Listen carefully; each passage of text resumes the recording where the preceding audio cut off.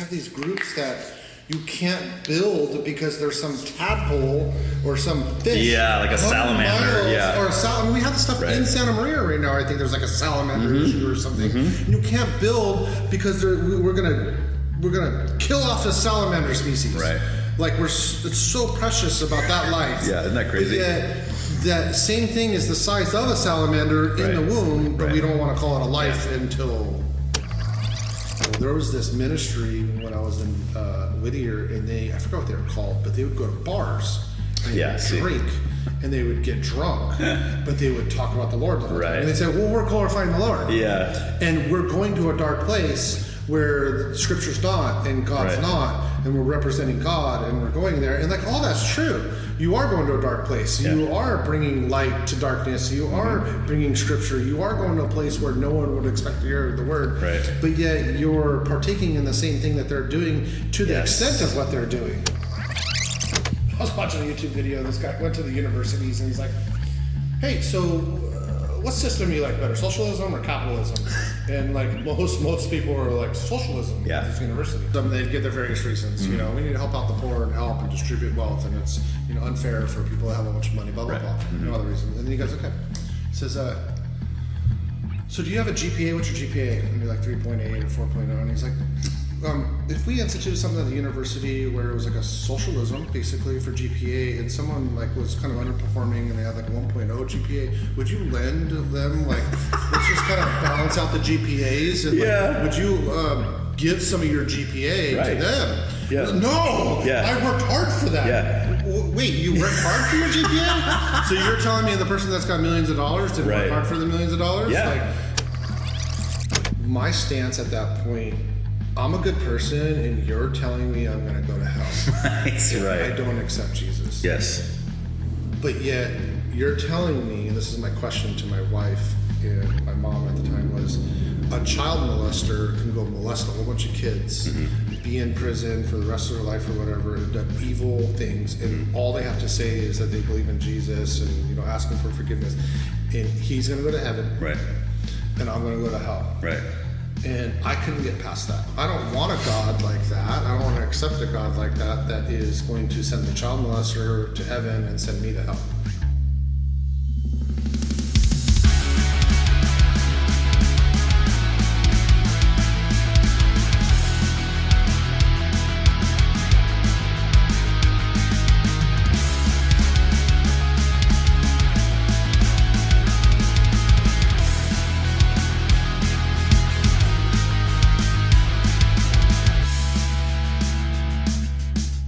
Hi there. You've made it back for another spectacular episode of the Why Can't We Talk About That podcast, and for that, I'm grateful. If you ever want to reach out to let me know what you think of these conversations, either to tell me that my guest is awesome or to tell me that I suck, please send an email to whycan'twetalkaboutthat@proton.me. Also, I'm always looking for people who are interested in being on the show, so if you or someone you know wants to have a life-altering experience, please reach out to me at the same email I just mentioned. That's whycan'twetalkaboutthat@proton.me. Now on to today's guest.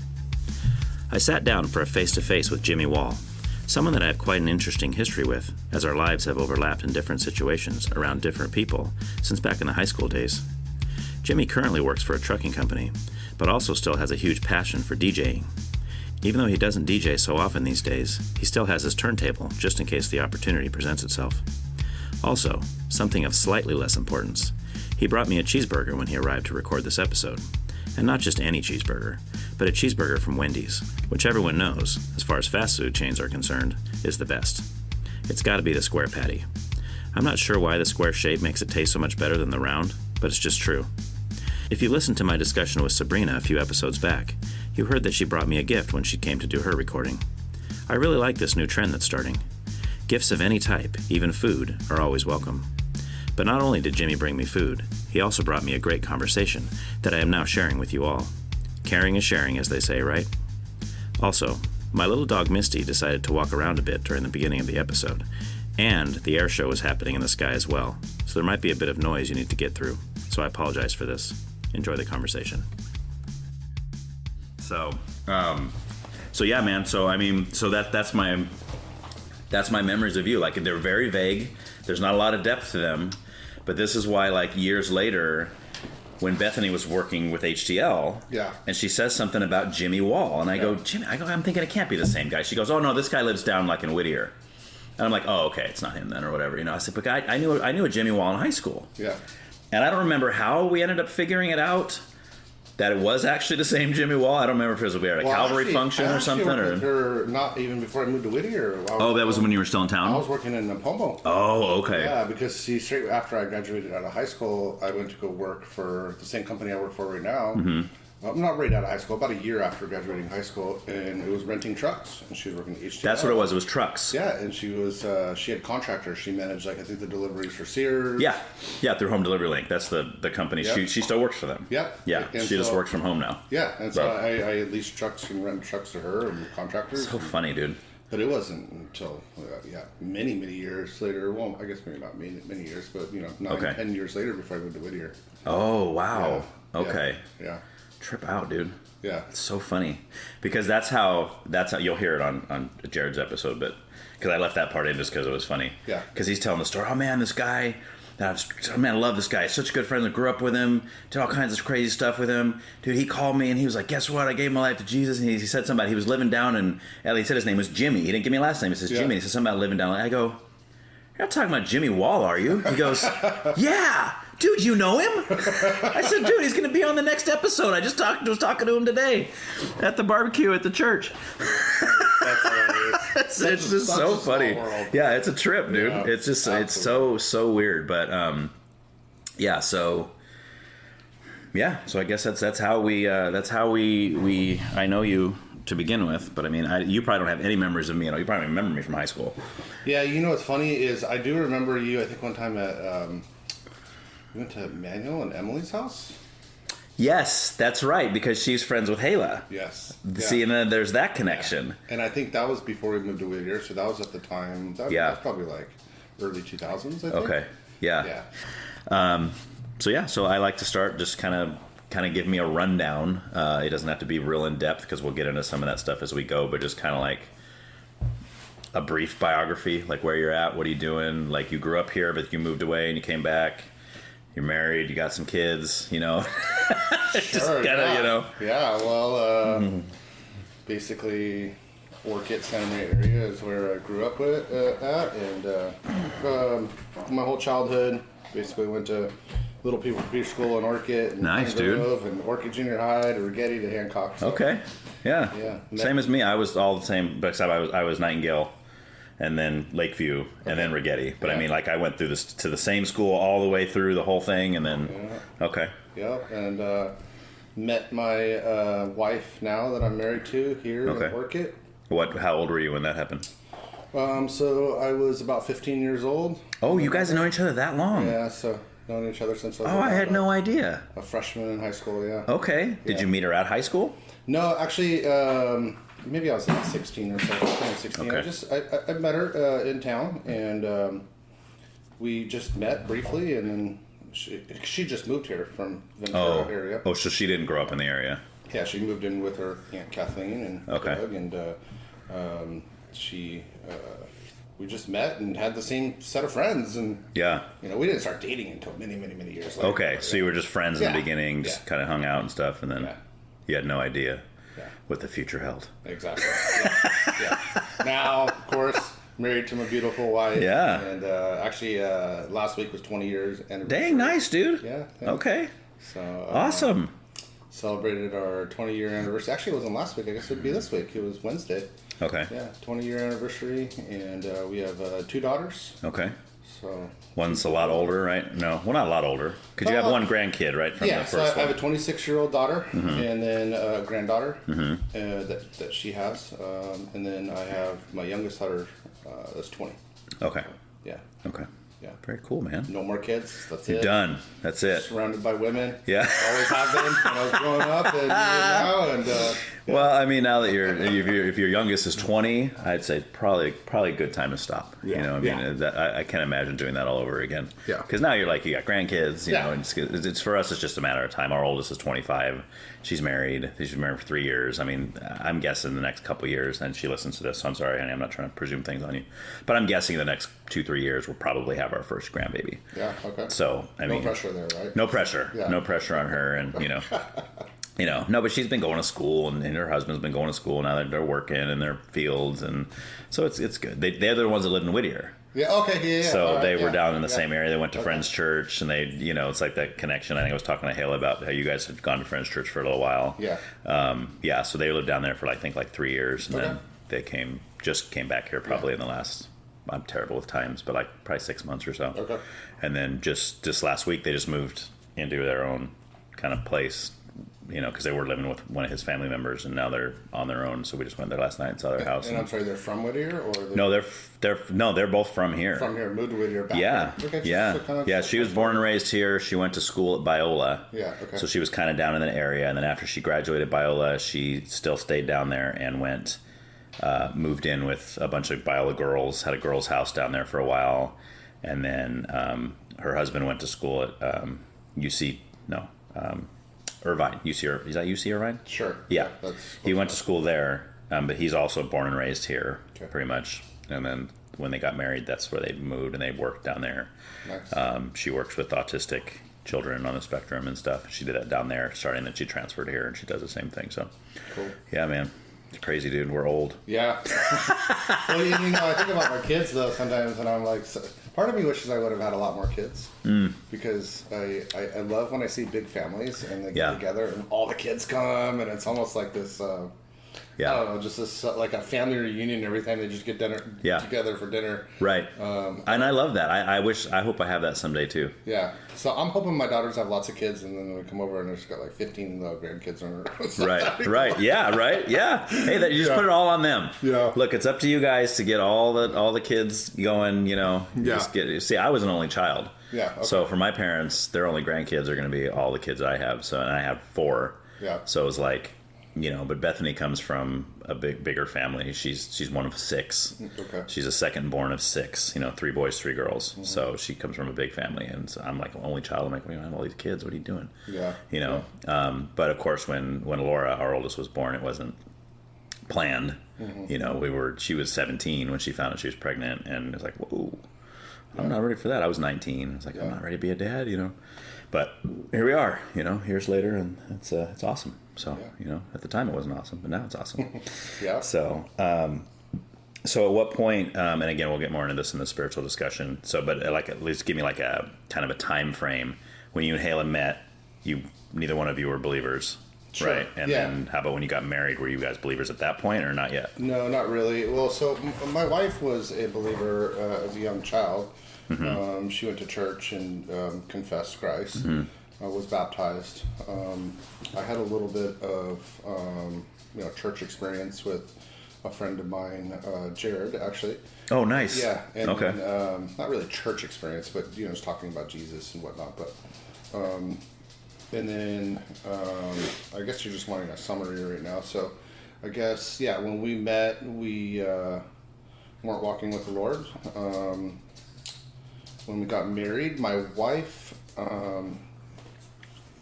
wanted me to believe in God before we got married. Yeah, that's weird. Why would she want that? Yeah, for real, huh? It was strange. How dare her? It's strange in hindsight when you look back now, because I think like she, confessed Christ when she was younger, and so she had an understanding, but she wasn't really walking. Right. And she just thought that, if you're going to be married, that, it should be a union with God, with Christ. And, but I didn't really understand what that was. So, of course, we went to a church. The only church I knew was my friend Jared, actually. So, okay. Yeah, so it was like, well, let's go to a church. And so we went to a church a couple of times. I think we went like 3 or 4 times. Okay. You know what I mean? We met with a pastor that married us. I think it was at that church, and we had to go through marriage counseling and stuff. Okay. And this is here in this area, not down in LA. Okay. Actually, it's kind of funny. The pastor that married us. I'm getting off track here, but it's a really funny story. We always get off track. I love getting off track. Okay. Let's get off lots of tracks. All right, so we're only halfway in my journey there that you asked me all the questions. But just like a couple of years ago, I'm looking at my calendar on my phone, and I see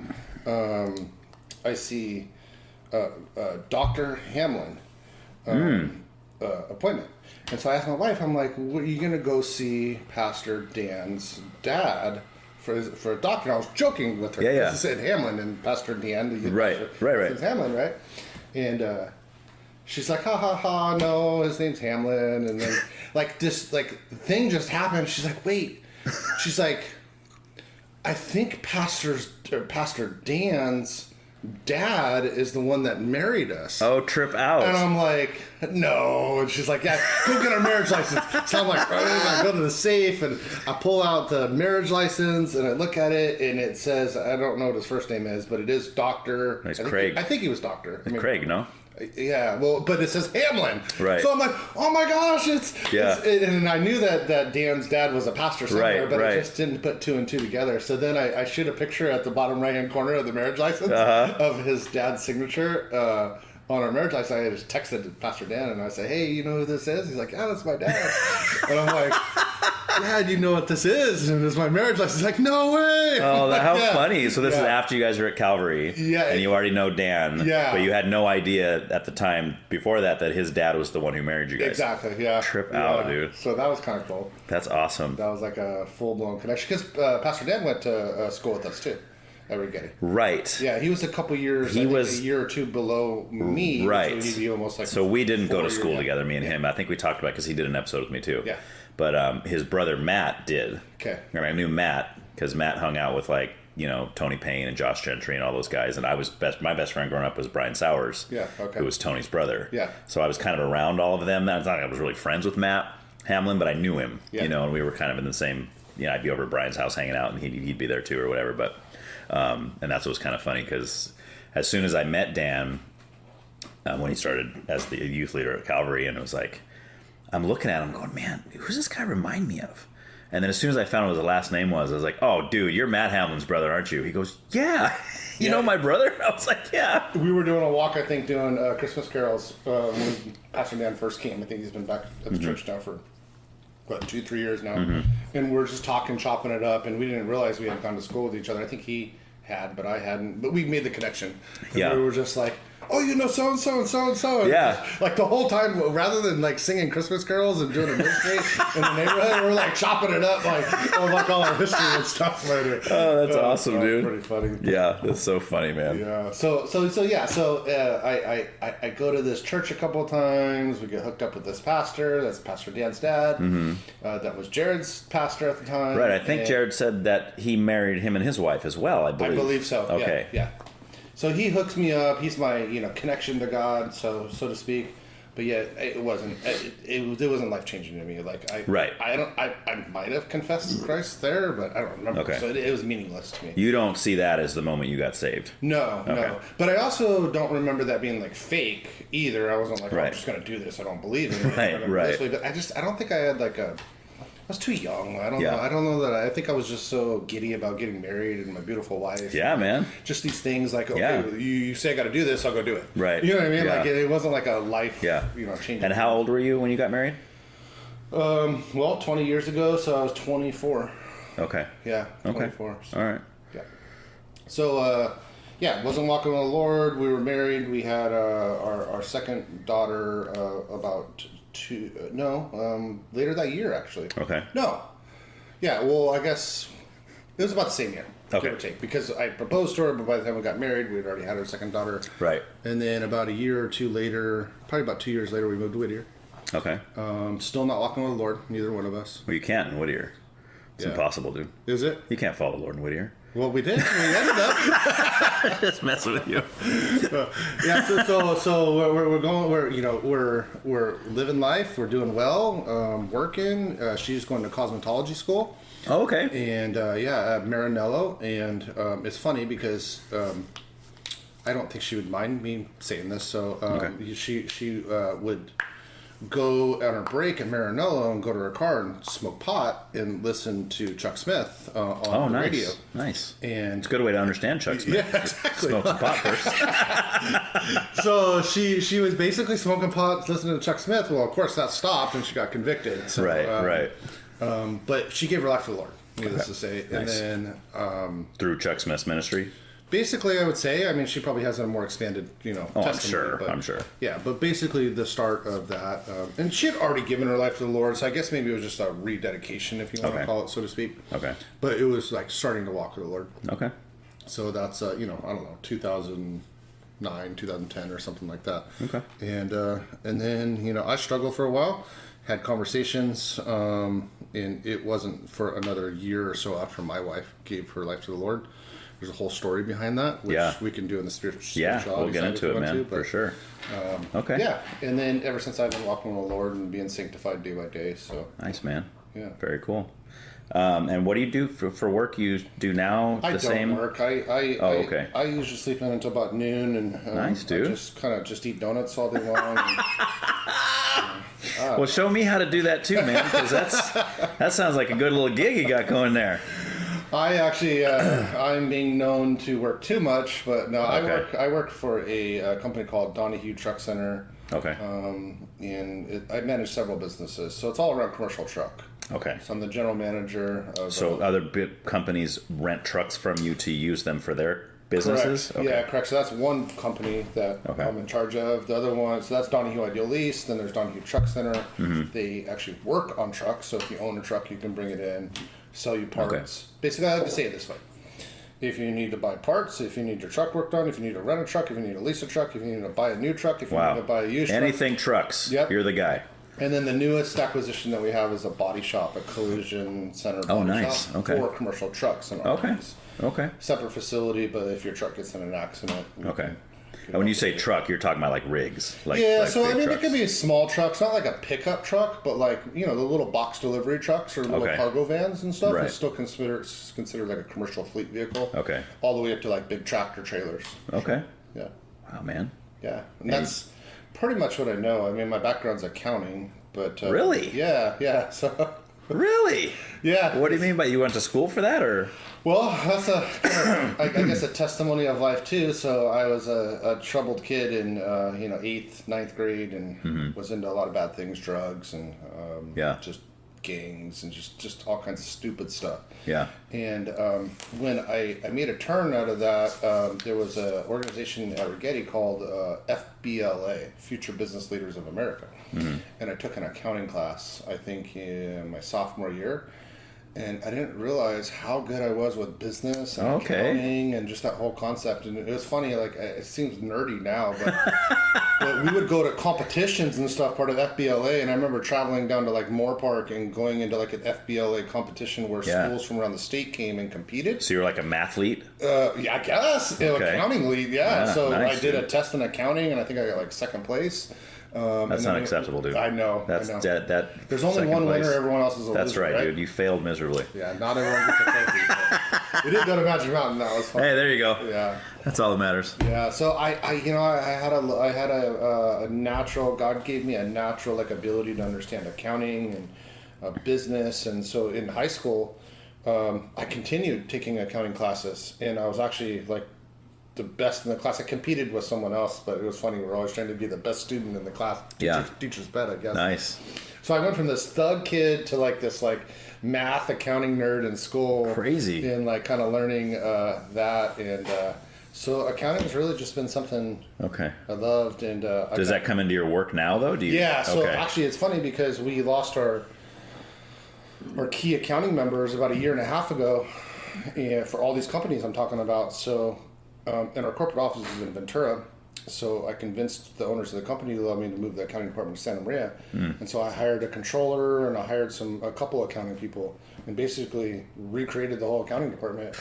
And it was awesome. It kind of came naturally to me because that's kind of my background of stuff. Right. Yeah. Wow, that's cool, man. Yeah, so really, that was a time in my life where I was really just, troubled in that accounting and that business. We I don't know if you remember this, probably not because it was later in years, but we opened up a store at Rigetti, like a student store.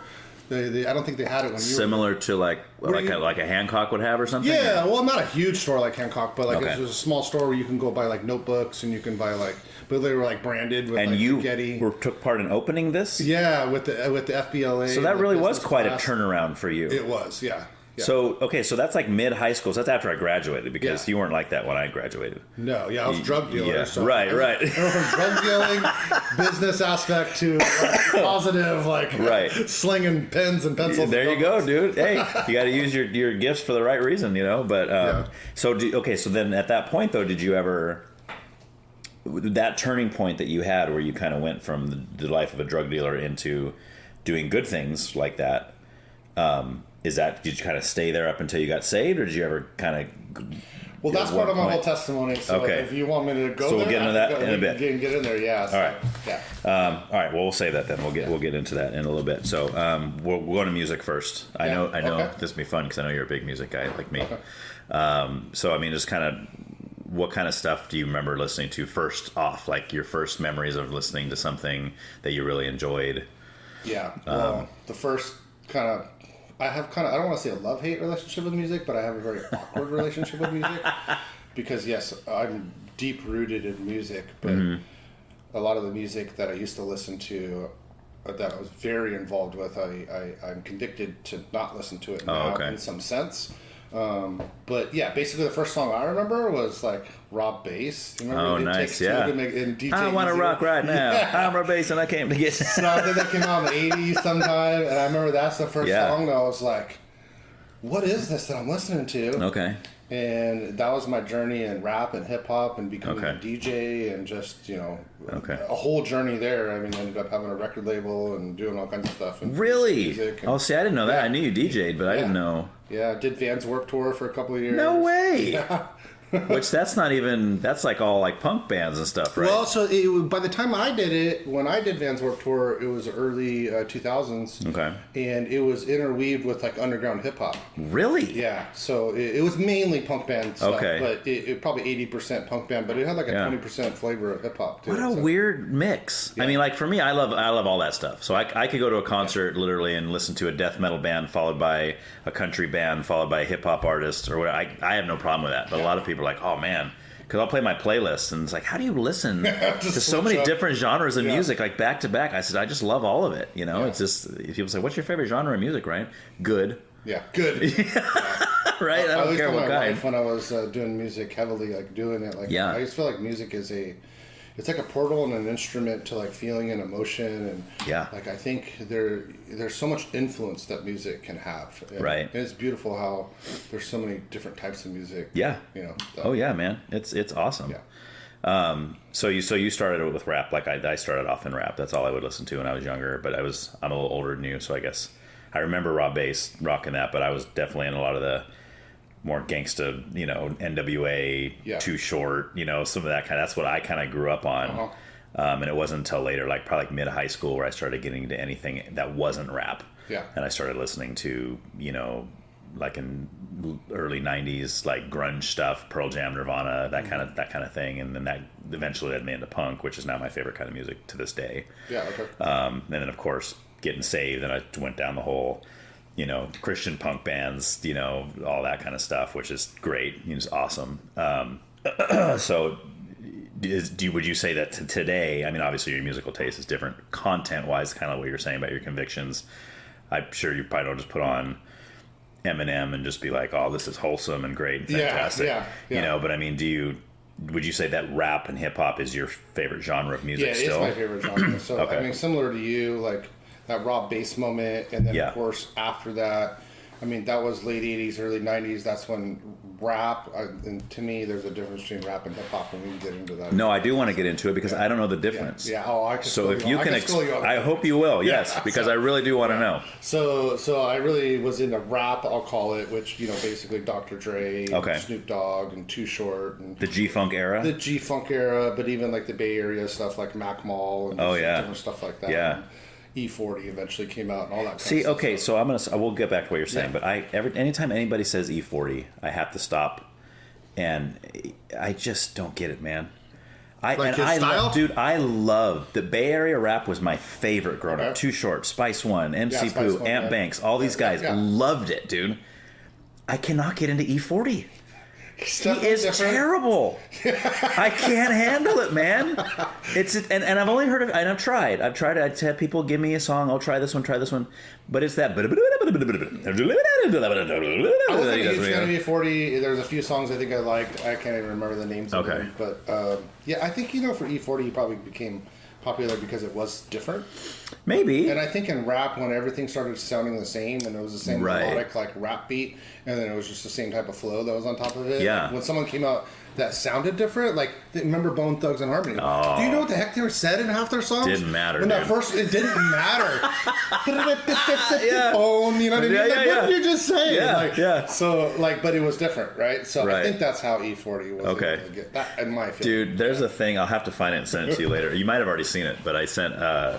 It's funny. It takes the. I don't remember what song it was, but it was a Bone Thug song, and it puts subtitles. Yeah.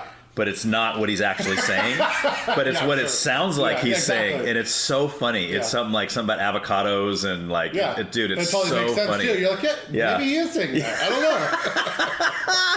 Yeah, but I remember when that Thuggish Ruggish Bone song, when I first heard that, I was like, dude, this is like the greatest thing I've ever heard in my life. You had no idea what the heck they were talking about. No, didn't. But see, I never really did anyway. With a lot of the rappers, I didn't, I mean, a lot of times I wasn't really big on the lyrics weren't that important to me when it came to rap. It was the beat. And exactly. And it's still kind of that way today, although I do listen to some of the rappers that I do like their lyrics, like NF, or, some of the guys that are like really, their lyrics are impactful, or even like in political sense, like Tom McDonald. Yeah. I don't know if you know anything about Tom McDonald. Oh, really? No, I don't. Ooh, okay. Tom McDonald? Tom McDonald, yeah. I mean, maybe in my Spotify, but I don't. Maybe, yeah. He's only been around for. I mean, he's only been popular like the last few years because I think it was when COVID hit. Yeah. He had a song called "Coronavirus" come out. Okay. And ever since then, he's been very political. Okay. He's very conservative. He's not a Christian. Okay. I always have to preface that. Okay. You listen to some of his songs; they're totally clean. Other ones are F-bombs every 5 seconds. You're going, whoa! Yeah. But he's very conservative, and he fights against. Like he has a song called "Fake Woke." Okay. So he talks a lot about that kind of stuff. So a lot of the people in the left-leaning world can't stand the guy. Yeah. But he's independent. He literally, him and his girlfriend do everything. He's got no record label. He's got nothing. So he just puts his stuff out on his own, and he's gotten. He'll release singles, and he'll beat out Eminem on the iTunes charts. So I mean, he's successful on his own, which is really cool. But anyway, like guys like that, like I appreciate the lyrics. But if I'm just listening to like Snoop or Warren G or something, I'm like, dude, I just like the way it sounds, man. Especially they had some really cool beats. Oh, dude, that's my favorite. Yeah. I don't know. I just call that G-Funk because I don't know what else to call it. But there was like that stage in the '90s where rap all had the keyboards. Yeah. Like I always use like "Tonight" by DJ Quick as I get up there. Dude, and it's so simple. Yeah. But it's like, oh, this is the best thing ever. Yeah. Or anything like the Chronic album or like anything back then was just kind of had that sound. Yeah. Oh, so good, man. So anyway, I don't remember where I cut you off, but we were talking about E40.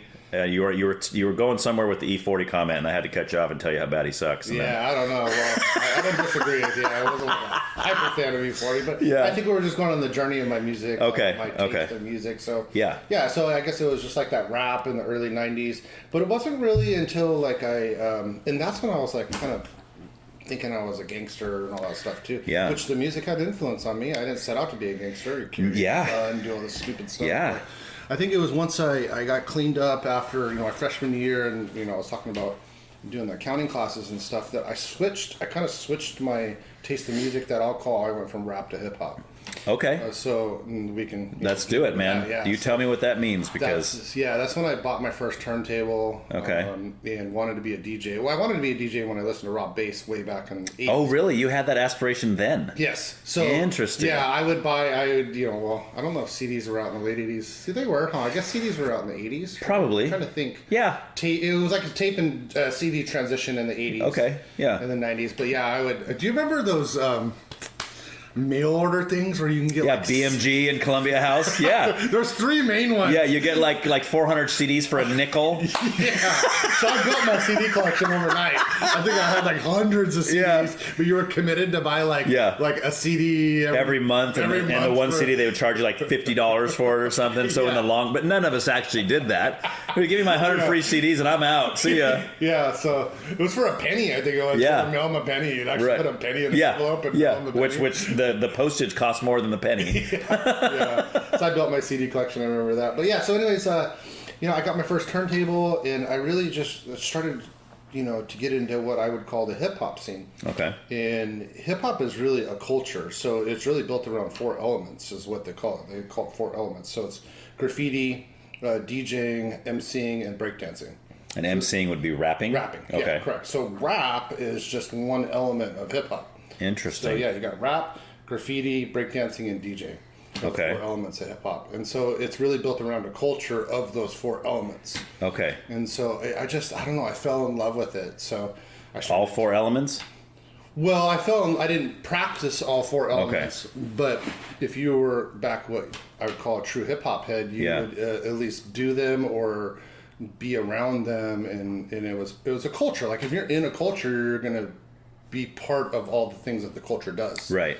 So I had graffiti friends, I had breakdance friends, I had MC friends. I don't know if you remember Justin Dorn. Yeah, he became a rapper, didn't he? Yeah. So, there's another guy. I never knew him personally, but I know who he was. So he and I were basically a team for most of his rapping. Oh, so you were like his DJ. Yeah, exactly. You were the Jazzy Jeff to his Fresh Prince. Exactly.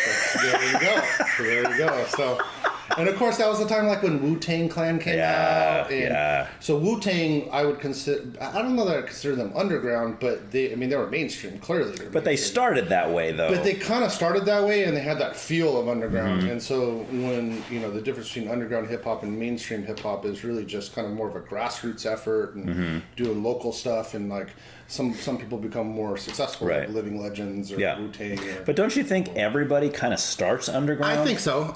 So underground's a little kind of loose when you say, some people would bash, like if you're a DJ, when I was DJing, if you were a mainstream DJ in my circle, you'd be made fun of. If you're an underground DJ, then you were more real. Yeah. So, well, that's true in pretty much every genre. Like in the punk world, that's a sellout. Like in the 90s when Green Day's Dookie came out and they went big time and they're signed to this major label, they're on MTV. All the underground punk guys who liked them from their first 2 albums were like, screw Green Day, look at the sellouts, they're selling out. Yeah. I'm like, shut up. Yeah, they're making money doing what they love. Leave them alone, you know? Yeah, and they're crafting and fine-tuning what they're doing. Right. There are some people that sell out and they actually change their whole content. See, that's different. They're doing. Or if they change their whole sound in order to make more money, it's like, okay, that's the definition of a sellout. Yeah. But even then, I'm like, go for it. But in music, you will find people will have journeys in their life. Like, I don't know if you ever listened to like Miles Davis. Yeah, but Miles Davis was always criticized because his sound would never be the same. So he'd come out with something and it would just be different. Yeah. And then, but it wasn't a sellout aspect, so I don't know if this is the greatest example. But still, like, my point is that people in music, I think, change their sound over time as you get older, as you experience new music. Which is good for the artist, right? Exactly. But not always good for the fans. Yeah. Because a lot of times we hear something and we're like, oh man, that band's first album was the greatest thing ever. And they put out their second album, you're like, what is this crap? This sounds nothing like the first one. And to the band, they're like, yeah, but we're trying to do something new. We want to expand our musical abilities here, And we're all going, no, go back to what you started with. I think that's where the difference comes with a sellout versus our artist, because a sellout potentially is going to be someone that just repeats a formula. Mm-hmm. And it's like, okay, my fans like this sound. I don't really care. I'm just going to repeat the same formula. I'm going to put something out that sounds the same exact as the time that I did before. Right. Because I know it's going to make money. I know I'm going to still get tours and I'm still going to do things. Right. Instead of gambling and going, well, I'm going to do a completely new sound because I'm a creative and I want to try to create something new. But you take a risk when you do that. You do. So, absolutely. And that's why I can see both sides of it. Because if I was a musical artist, I would probably be that guy. I'd be the guy trying to push the boundaries and be like, okay, I don't want to do the same thing I did on my last album. I already did that. Yeah. I'm glad that was a hit. I'm glad that made me $1 bazillion and I'm on MTV and stuff. Great. But maybe like I'm a hip hop guy and now I'm going to try a folk album. Yeah. Or I think about like Everlast from House of Pain. Oh yeah. Remember when he came out with his solo stuff and he was like, what it's like? Was that the song?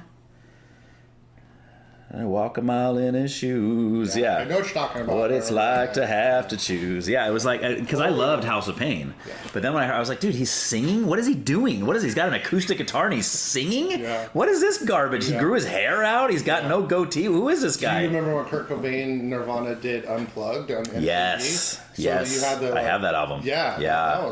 That was, I mean, it was, and it was totally a big hit. But it was different. Right. But the same music, but different. And right. It was like, wow. Well, and I believe that album was released after he died. Okay. I mean, I was saying it was recorded before. Well, duh. Obviously, it was recorded before he died. Yeah. but yeah, I think it was released after. It was post death that they released that. But that was a huge hit. Yeah. I remember the version of "About a Girl," which is from their first album, which has a much more grungy sound to it. The acoustic unplugged version was way more popular. Yeah. It was like a huge single for them. Yeah. You know. But yeah, exactly. But I mean, I get it, man. I would be that guy. Yeah. You know, just changing it up, and all my fans would hate me. Yeah. You know, maybe that's why I'm not doing it. You know, maybe. I don't know. So kind of give me some of your like favorite, and let's start early, like pre Salvation kind of stuff you listen to. Like, what were some of your favorite rappers, hip hop artists? Yeah, I mean, I guess it would be Dr. Dre, Snoop Dogg, Too Short, DJ Quick. Nice. Yeah, Good stuff, dude. Yeah, that's all the. I mean, I would not, anyone on this podcast, don't go Google search Too Short and don't go put a Too Short. Gosh. Well, I just had someone. Pre-Salvation Day. Yeah, right. And I get it. Yeah, and that's why I kind of said that, because I want people to understand. You're not necessarily condoning these artists now, but we're talking about your journey. Obviously, we're going to get to when you and I'm not going to be ashamed go over of where I came from. Exactly. I just know where I'm at and where God's exactly. Yeah. But we were talking. One of these I did a couple weeks ago with somebody who actually saw him live and way back when.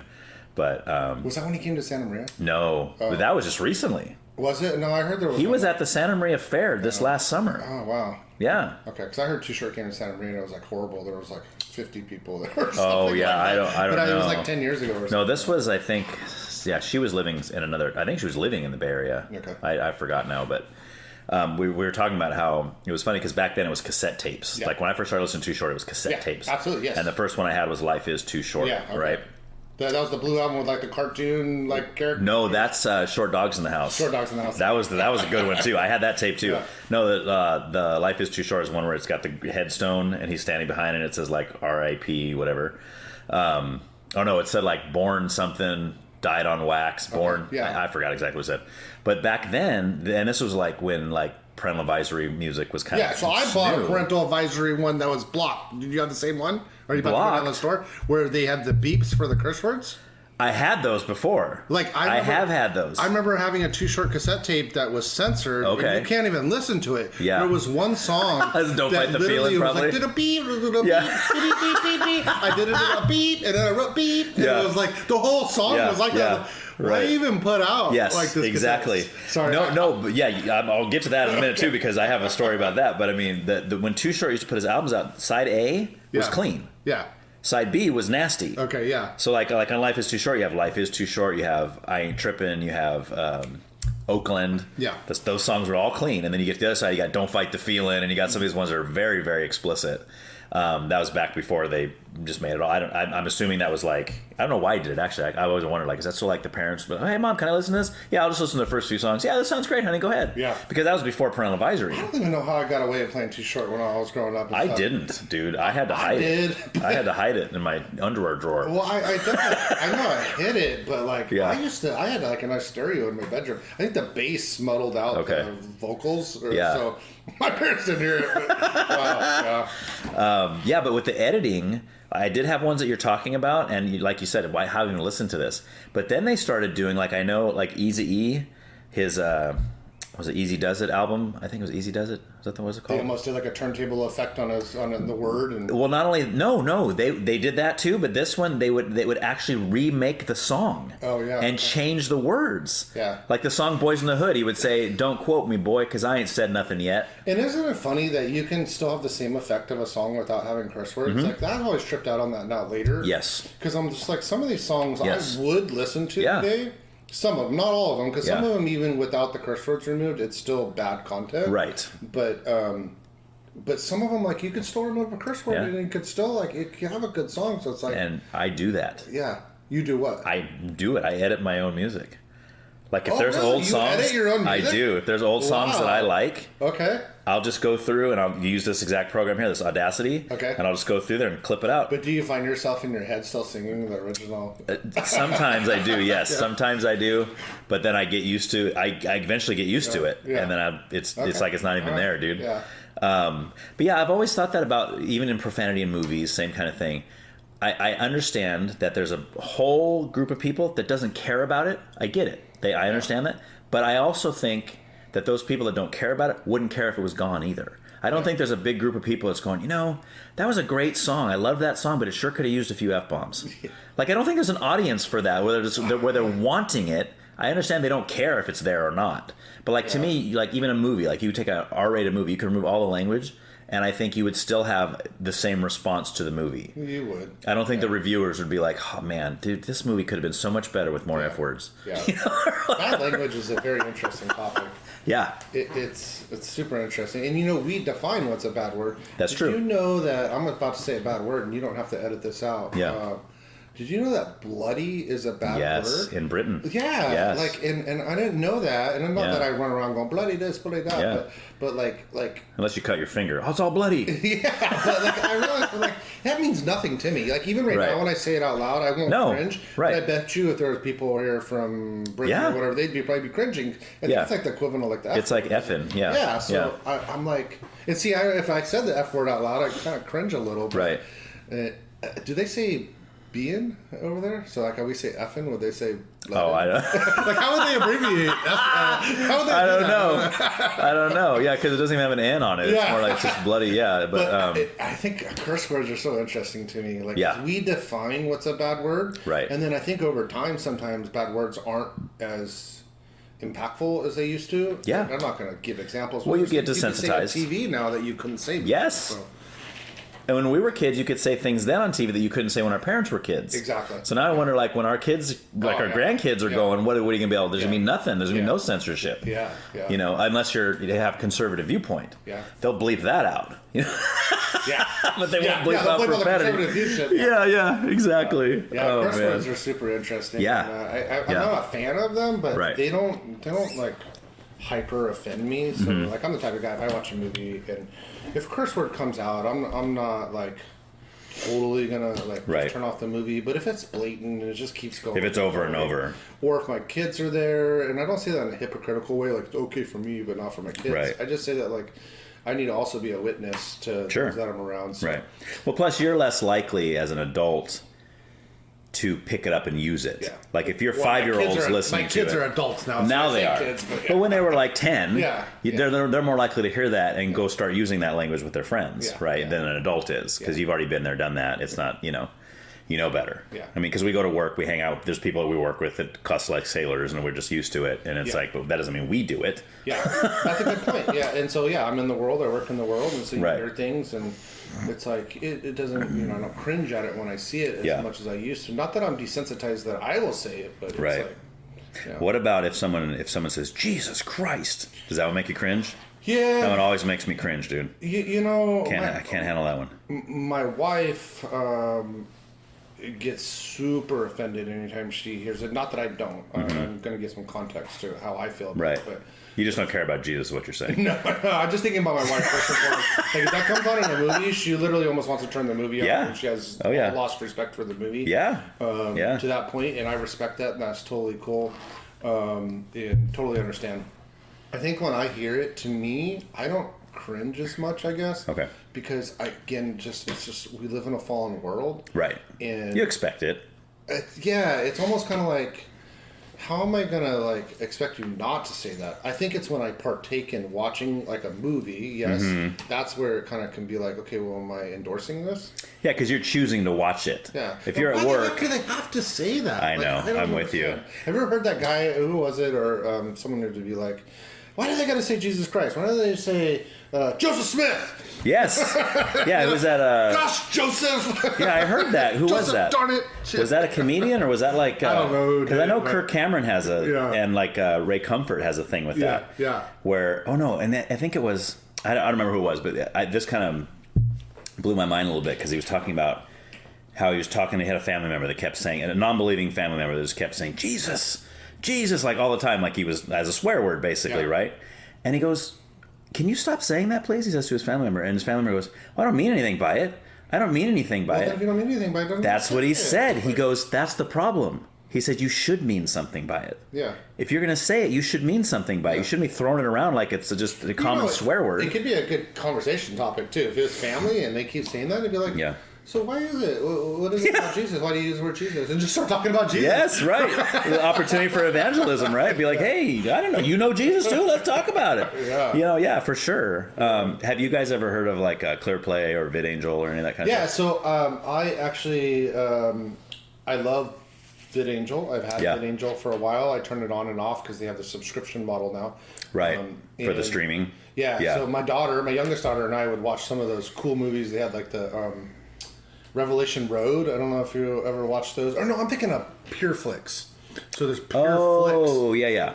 So PureFlix is like Vidangel. Right. But PureFlix, we'd watch Revelation Road. Well, PureFlix is just like clean movies. The movies that are already clean. Vidangel would censor out. Edits movies, Yeah, and I actually remember they had the first version, but then they got sued by like Disney and all that stuff. And I don't know if you know. Yes. But Clearplay still has Disney. Yeah. Well, Clearplay, what I don't like about Clearplay is they've gotten better because I think they have Amazon in there and Netflix in there and stuff, but like you have to do it through like your computer and then you have to like stream it to your TV. Yes. And well, we just plug in the laptop with the USB or not the USB. What's the other word I'm looking for? Like an HDMI cord.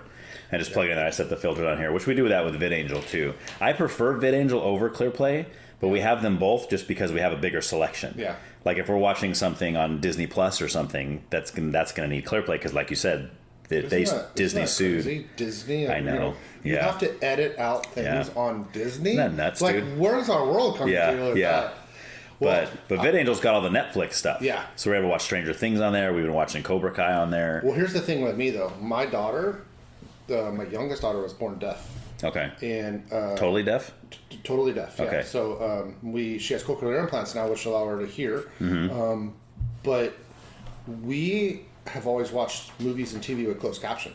Oh, you probably hate closed caption. I know before she was born, I hated closed caption. But most they're people so annoying. They're in the way. Get them out of the way. I'm glad you say that because no one else agrees with me. My kids all love having closed caption. I was like, really? if I want to read, I'll pick up a book. Yeah. Well, here's the thing. I can't watch TV or movies without closed caption now. Oh, because you're so used to it? We're just so used to it for 20 years of watching it that way. Yeah. That it's like, to me, I have to have closed caption. Like, I'll literally remember every time to put on closed caption. Yeah. And my point is that all those filtering things, they don't filter out the closed caption. So we'll do PureFlix and we'll do see, clear out the word, but it's still right there on the screen. That's a problem. Yeah, I remember we figured that out the hard way because my older son, when he was younger, had a bunch of teens over to watch. I remember what they were watching. But they were watching because we'd have movie nights here. Kids would come over. We'd do it on Clearplay or Vidangel or whatever. That way we could watch some of these movies. And it especially works well with like PG-13 movies. It doesn't have a whole lot in there, but just enough to where some parents are like, I don't want to watch that. But they were watching something, and one of the kids like, oh, can you put on? I always watch stuff with captions. Can you put on the captions? So he puts on the captions.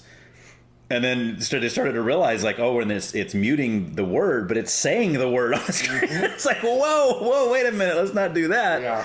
That kind of defeats the purpose, because all these kids can read, so, But yeah, I, from what I understand, I think one of them, I don't remember if it's Clearplay or Vidangel, one of them in the streaming service now has fixed that. Oh, for closed caption. To where the captions are also edited out of there too. But we've had problems with like when we watch Stranger Things. Did you ever watch Stranger Things? I think I watched the first series, maybe the second. Okay, so by the time you get to the third and the fourth, there's a lot of Russians involved in this, and so they're speaking Russian, and then the English subtitles are on there.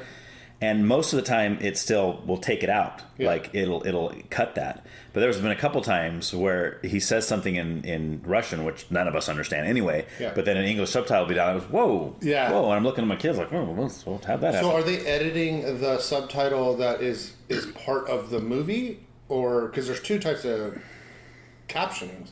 There's ones that are built into the movie no matter what, when it's like a foreign language. Right, and then there's just a closed captioning that we'll put. So what I was just talking about, the Russian thing, that's the first thing you said. Yeah. But the thing I was talking about before that, I want to say it's Clearplay, not Vidangel. Okay. But they're actually have it now where they've edited the actual captions. Okay. Not just when someone's speaking a foreign language, Okay. but literally all the captions. That's cool. Yeah. That's good to hear because that was always a problem when I was trying to use it. Yeah. That's cool. I don't talk to a whole lot of Christians that use that service. Oh yeah, Vidangel. Actually, it's interesting.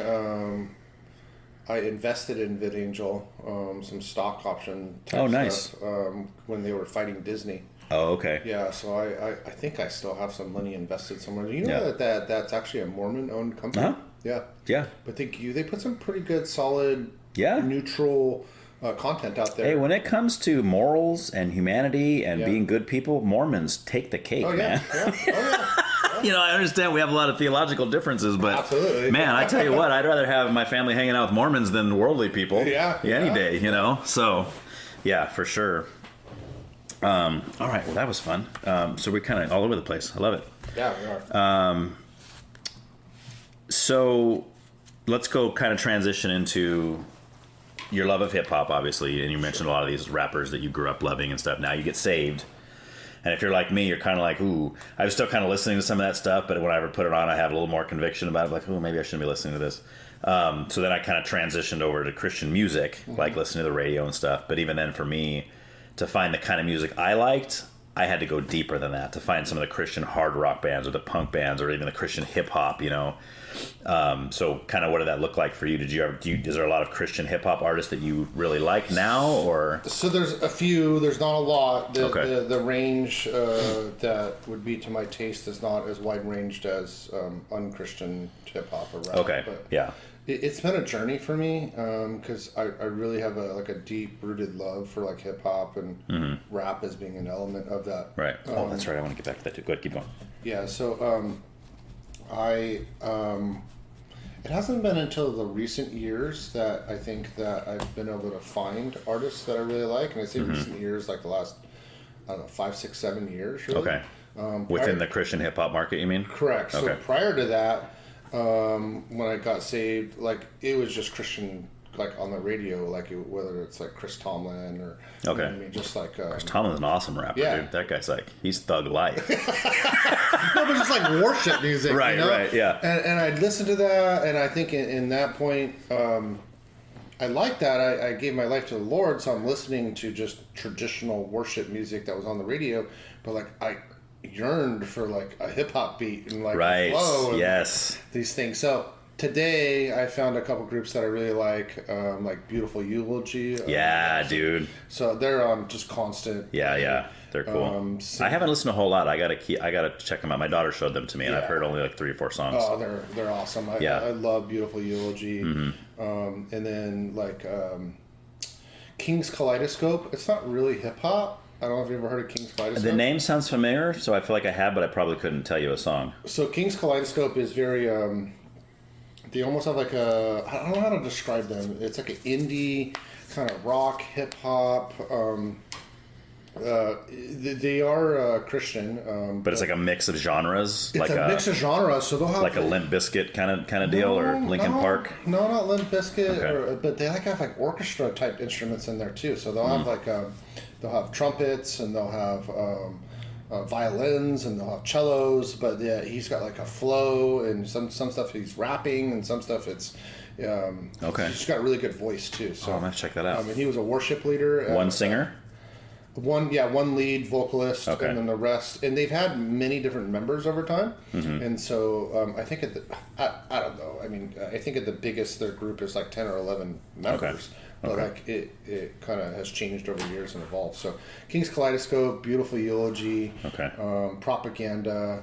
Okay. Kind of the whole like. Okay. So Propaganda started in Tunnel Rats. Okay. Are you familiar with Tunnel Rats? I'm familiar with Tunnel Rats. I'm always so surprised by how many Christians I talk to, even ones that love hip hop, that have never heard of the Tunnel. They're from Whittier, dude.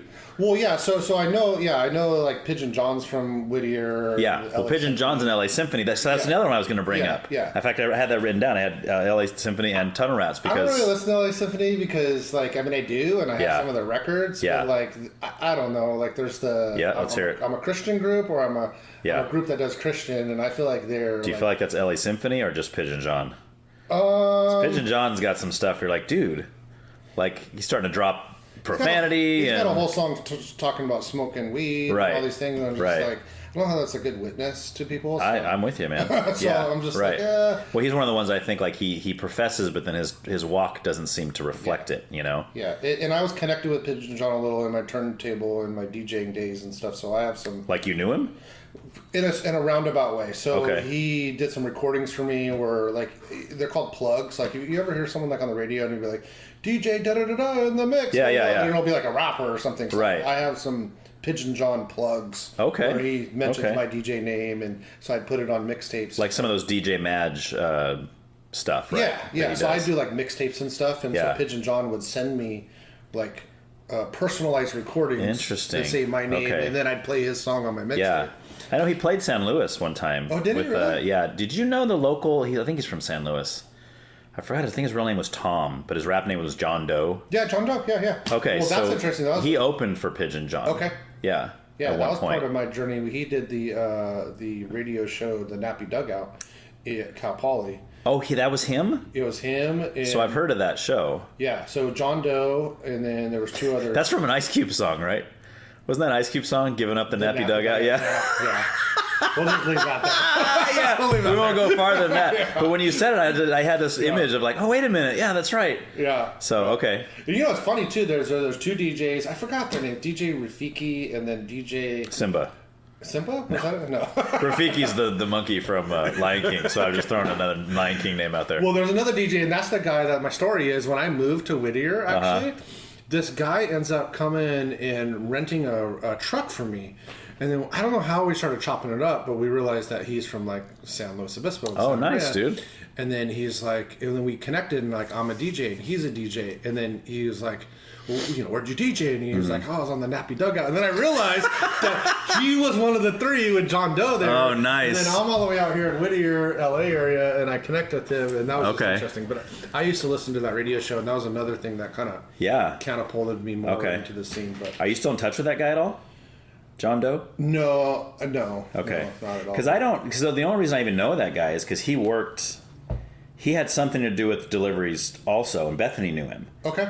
And she had brought home a CD one time and said, oh, this is the guy I work with, check it out, or whatever. It was John Doe. And I remember her telling me that he played a show with Pigeon John in San Luis or something. And I was like, dude, because back then I was really into... Pigeon John was one of the first Christian rappers that I really got into, and this was before he kind of went off on his kind of non-Christian kind of stuff. Well, and you know, the thing is when I said I did all the plugs and I worked with Pigeon John, I wasn't a really Christian at that time. Oh, okay. And I didn't even know he was a Christian at that time. Right. So he was just like a hip-hop artist to me. Yeah. So it's kind of interesting. And unique, right? I mean, you have to give him props for that, because I mean, he's got some really cool kind of singy song kind of stuff that you don't really hear. And his lyrics are just funny sometimes, dude. Yeah. So funny. Yeah, I think he's the one that said Whittier where the girls are prettier. Or, yeah. What's the name of that song? Is that Freaks?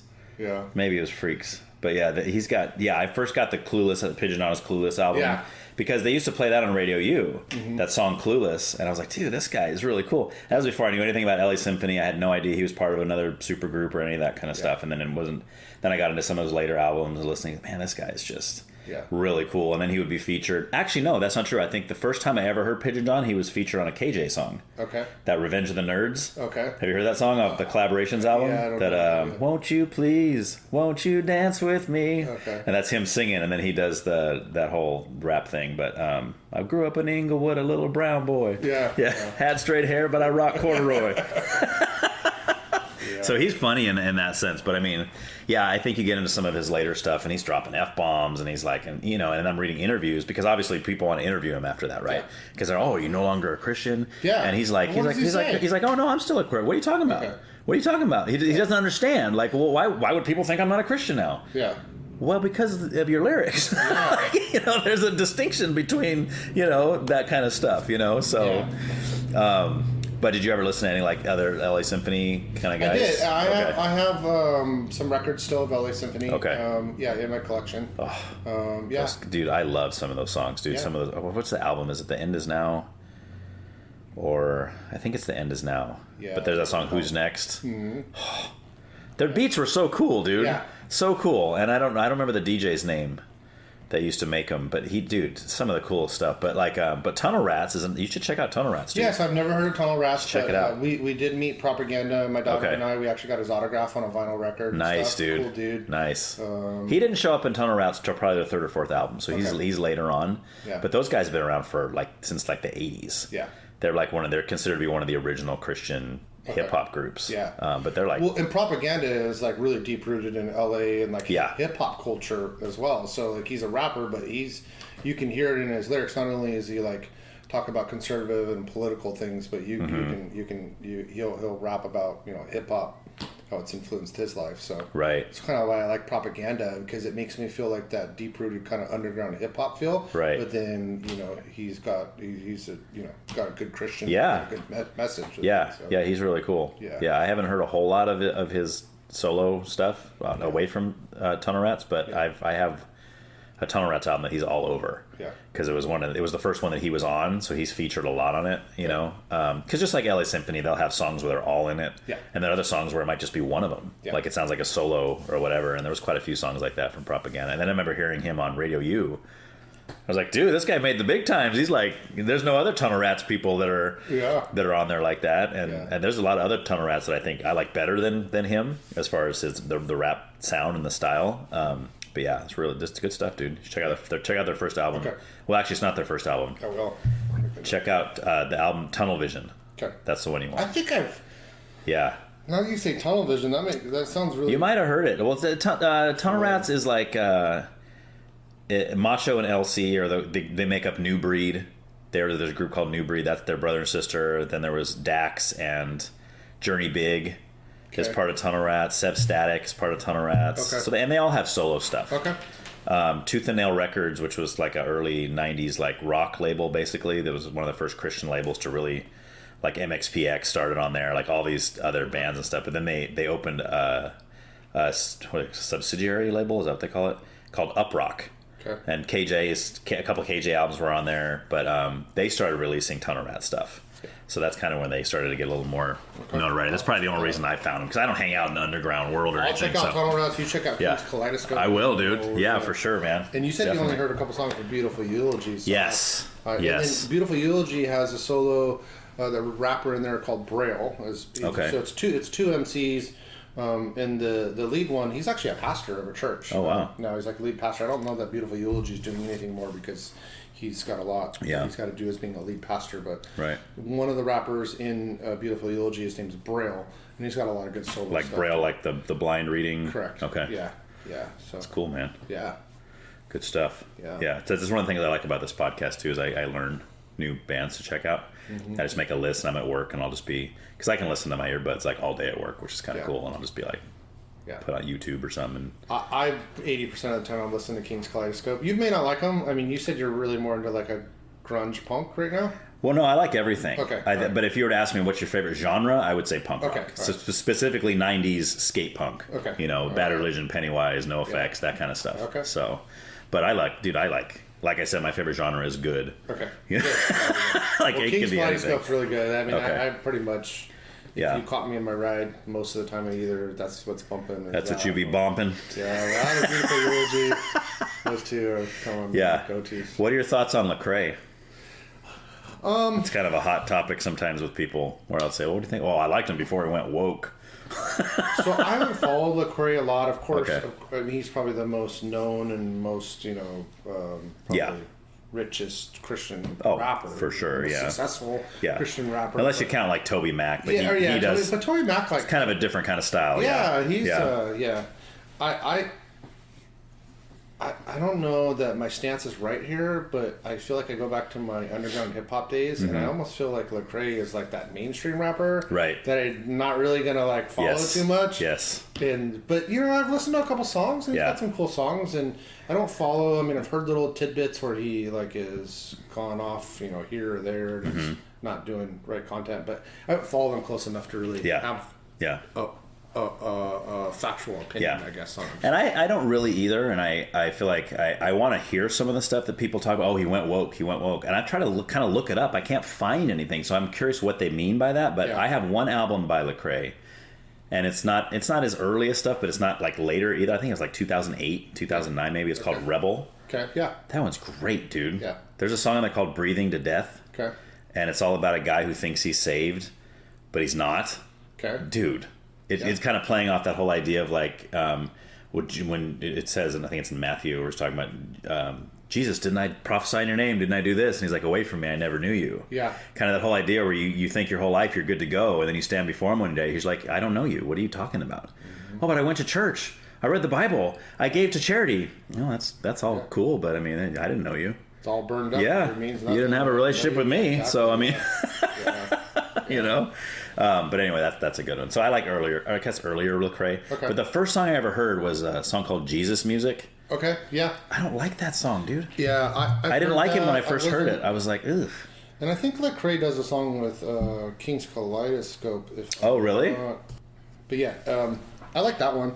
Okay. I'm not anti-Lecrae. Yeah. I haven't followed him enough to say that he's on heavy rotation. Okay. You know, one that was for a while, but not anymore, is Shylin. Have you ever Yeah, heard dude. Okay. Jesus is Yeah. alive. I love that song. So and so's dead. So and so's dead. Yeah, Shylin reminds me of like KRS-One. Okay. It's like conscious rapper. Yeah, He's- exactly. Really So- smart lyrics. Yeah, so Shylin's always been pretty cool. I don't have him in heavy rotation now. Yeah. I did when I first started getting into rap, but yeah. Yeah, he's cool. I haven't heard a whole lot of him either. That's one. Pretty much the only song I know for sure. But I have a few of his songs, but that's the one I really like, just because I like how he's so bold. Yeah. And I first started hearing about those guys because I'm a fan of Paul Washer. I don't know if do you know who Paul Washer is, the preacher? Yeah. He's very kind of controversial. He says things that make a lot of people angry, but I think he's spot on. I'm like, dude, this guy's telling it how it is. But he's talking about he's friends with all those guys. He's friends with Shylin. He's friends with Tripley and Lecrae. Then this is back in the day. Okay. And I kind of felt like Shylin especially was kind of the Paul Washer of hip hop, where he wasn't afraid to be like, no, I'm gonna call people out. Yeah. And doesn't he have another song where he calls out a bunch of pastors that are false teachers? I'm sure he does. It's like the false prosperity gospel or something. He's calling out like Joel Osteen and like all the. He's like actually name dropping them. I'm like, dude, this guy's bold. Yeah. You know, and it's kind of. I guess I'm kind of drawn to that kind of stuff. I appreciate that when you're. Just say what you think, man. You know, I mean, right or wrong, and be open to correction. Yeah. But don't be scared to say, you know, I hate that we live in a society where you're like, well, I can't let anybody know I think that. Politically correct in everything that you do. And of course, it's getting worse and worse and worse. So what about is there any other genres of music that you like? So I like jazz. Okay. Like I said, I Miles Davis is someone that I listened to for a while, like Donald Byrd. Okay. I wouldn't say that I'm like an expert in jazz by any means, and there's different ranges of jazz, but I'm not like Kenny Loggins type jazz. I think it's Kenny Loggins. Yeah, Kenny Loggins jazz. But Kenny Loggins is jazz? Is it Kenny Loggins or Kenny G. Kenny G. Yeah. I'm not that type of jazz. Like, but like, Kenny Loggins is like Danger Zone. He's like Kenny G. So I'm more like the kind of the Miles Davis, Donald Byrd type stuff. That's always been kind of nice. What about when they mix jazz and hip hop? Like you got. I love it. Yeah. So I used to make beats and stuff. So I would love finding little good jazz samples and stuff. Nice, dude. So yeah, that mix. There's actually. Do you remember the group called Gangstar? Dude, shut up! What? I was just gonna say it. Okay. When I just asked you if you like when they mix jazz with hip hop, I was gonna say like, do you remember Gangstar? Well, have you heard Guru actually came out? So he's the lead vocalist for Gangstar. So it's the DJ. Okay. Yeah. So he came out with the album. Do you know like about a this? solo album or? Yeah, so it's not a Gangstar album. Okay. It's like and it's him with jazz artists. Interesting. So, like, no, I've never heard that. With like Donald Byrd and Guru. Oh, dude. And it's basically jazz, but him rapping. It's got like a beat with jazz and legit jazz artists and rapping. It's I'm gonna have to check that one out. Yeah, I think it's called Jazzmatazz. Okay. Yeah. If I'm not mistaken. Well, he passed now.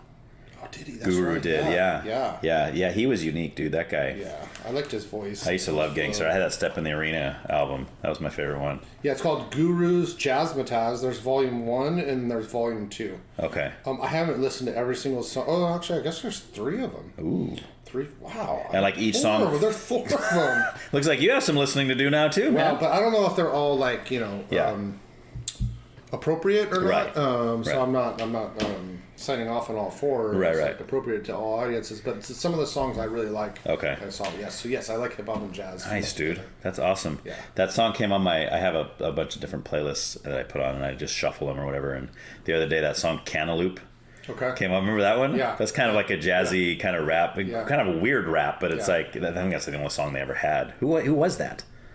I don't remember who that was now. Dip Trip, Flip Fantasia. Yeah. It's like, who was that? I forgot. I always could just call him Cantaloupe, but I think that was the name of the song. Yeah. I don't remember but anyway, yeah, it's kind of cool. My friend, I don't know if you remember Trevor. Do you know Trevor Smith? I think he did some DJing too at some point, but he went to Rigetti with us and stuff. Yeah. You're like, the name sounds familiar, but I don't know. I think he lives up north now, but he was always heavy into the jazz kind of rap stuff. So he loved Guru, and so he's probably heard those albums you're talking about. I'm sure he's heard those. Yeah. So what about do you like any rock at all, or you like rock sucks? Or So you were mentioning like Nirvana and Pearl Jam, and then I got into that a little at that time when it came out. I have like a very like I love the Nirvana sound. Okay. You mentioned NF earlier. Yeah. My problem with Nirvana and NF, it's not my problem, but like I can't listen to too much of it because it's so melodic and kind of like that low tone. Right. It's kind of depressing. It almost, it's almost kind of like if I listen to too much of it, I'm going to get depressed. But I love the sound of Nirvana. I don't really have it in heavy rotation, but I don't know. Once or twice a year, I'll put on Nirvana and listen to it for a week or something. Right, yeah. Just, I don't know, the memory of when they first came out, the new sound. Yeah, and stuff, it's nostalgic, dude. It's nostalgic. For sure. So, yeah, okay. But yeah, Very cool, man. I did have a stint of, the Pearl Jam, Green Day, Nirvana. But not so much these days, but just kind of like a flashback type thing. If I pull it out. But, and see, and I love doing that. Like, I've met people that don't like doing that, especially like Christians, because they're like, it reminds me of my pre-salvation life. But I'm like, I love it. Like, I love it. I love having the flashback. Not that I'm sitting there going, oh, I wish I was no longer a Christian. I miss not being a Christian. No, it's just more like it just kind of takes you back to a time, it puts you in a mindset. Yeah, and I have very good memories of past music. Like, I love bringing back like Tribe Called Quest. Oh, like that was like one classic. Of my favorite groups growing up. Yes. I mean, I started listening to a little bit of Tupac the other day. I got to pick and choose when I'm listening on Tupac, but he's got some good songs because he went through a journey of things of whatnot. That guy was a genius when it came to I mean, I guess he's still alive with Elvis. He is. Dude, he's living on an island. And Biggie. Yeah, and, they're partying out there. Kurt Cobain and they're going to call some super albums. Yeah. Oh man, we were just listening. I dropped my cousin off at the airport yesterday in Burbank, and that song, Same Song by Digital Underground. Yeah, okay. With Tupac in it, right? Yeah, I was like, oh, that's the first song. Do you know that Tupac was part of Digital Underground? Yes. And he was their roadie, and he would carry their crates of records and carry their equipment. Yeah. That's how he started. And I think that was the first song they put him in. Yeah. Was Same Song. Yes, and everybody's like, whoa, who's that? You know? So he was part of New York, and because that's where Digital Underground is out of New York. So Yeah, that was cool stuff, man. And then my favorite Tupac song of all time is a song called Pain. Okay. Have you heard that? It was originally on the Above the Rim soundtrack. Okay, you remember that movie? Yeah, Above the Rim with Marlon Wayans and I forgot the other guy's name. So I'm sure I had it because I had that album. I had the soundtrack too. Yeah, I did too. It was awesome. He had two songs on it. He had Pain and Pour Out a Little Liquor. Yeah, okay. Were the two songs he had on there, and that song because it starts with I couldn't help but notice your pain. Yeah. My pain. It runs deep. Sure, and it's got this beat is just. Oh my gosh. So that's my all-time favorite one. Yeah. But I think it was re-released later, like after he died. It was like on some other... Because then they started releasing... That's what always tripped me out. The dude released more music after he died than he did before he died. Did he die? If he died. If he died. We'll leave that as a hypothetical. Okay. But that's part of the reason why a lot of people are like, is he really dead? Because, I mean, how you release like 5 albums when you're alive and then 20 more after you're dead? You know what I learned in making music that I've found most of the time is really good musicians record a lot of music, but they only release a little bit of it because they're not satisfied with all the music. So that's right. A lot of people I worked with, tons of songs that we never put out. But and they were good songs, right? But it was just like, no, I want this like core set of 12 songs or 14 songs, right? And so I believe you have to narrow it. Recorded stuff. Yeah, and that's probably true. And they say when Prince died, they say he had enough material to put out like another 50 albums or something. Yeah. I think it was it's either Kanye West or Jay-Z. I think that at any given album that they record, I think they record 100 or 200 songs. Yeah, isn't that but nuts? They only put out like 12 or 13 or 14 songs on the album. And I feel like that's probably a record label thing because they're probably like, look, we just need a tight 12 songs to, about 50 minutes. We don't want any more than that, any less than that. And they have all these rules. But like, if I was an artist like that, I would almost be like, no, everything I create is part of my journey. Yeah. Good or bad, number one hit, worst song in the world, whatever it is, I would just record and put out. I'd be releasing an album every month. It's just like, here's 15 more songs, here's 15 more songs. And I like albums that actually have a thread of a story or a theme throughout the album, too. Yes. Some things that bother me when I listen to musicians and the song is different, totally different from song to song to song to song to song. Yeah. Style, sound, lyric content, like everything. I'm just like, it almost feels like a soundtrack. Right. Like a mixtape.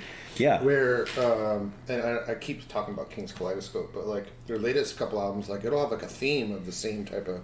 Like, and does it make sense though? Because whenever I listen to like what they call concept albums, I very rarely am like, oh yeah, I totally got the story there. Yes. That was a story. I don't know if it always makes sense, but I like the creative aspect of like, whether it's going to start low and get high, whether it's like kind of like the style of it and then kind of drop down, almost like a movie, like has a climax and then kind of comes down. Like, you don't necessarily feel that when you're watching a movie, do you?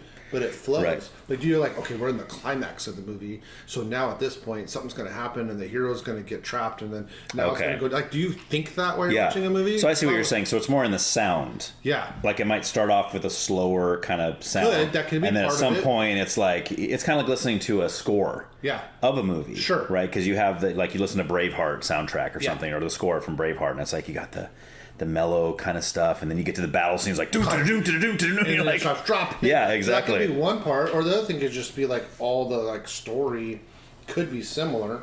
I mean, I remember talking about Tupac again when he came out with that song, the album when he was in jail. I don't remember, they had Dear Mama on it.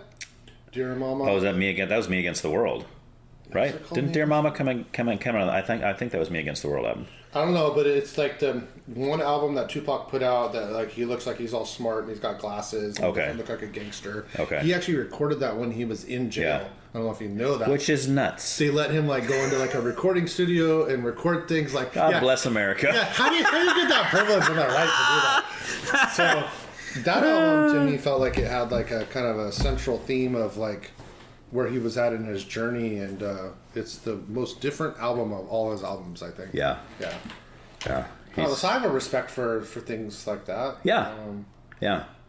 I like uniqueness. I like someone who brings something different to the table, and I think Tupac definitely did that. I mean, when he signed with like Death Row, I think that's when it got kind of more of that kind of sound, that the kind of Death Row sound you came to get used to with the Snoop and the Dre and all that kind of stuff. But that All Eyes on Me album, that double album, dude, you don't get any better than that, man.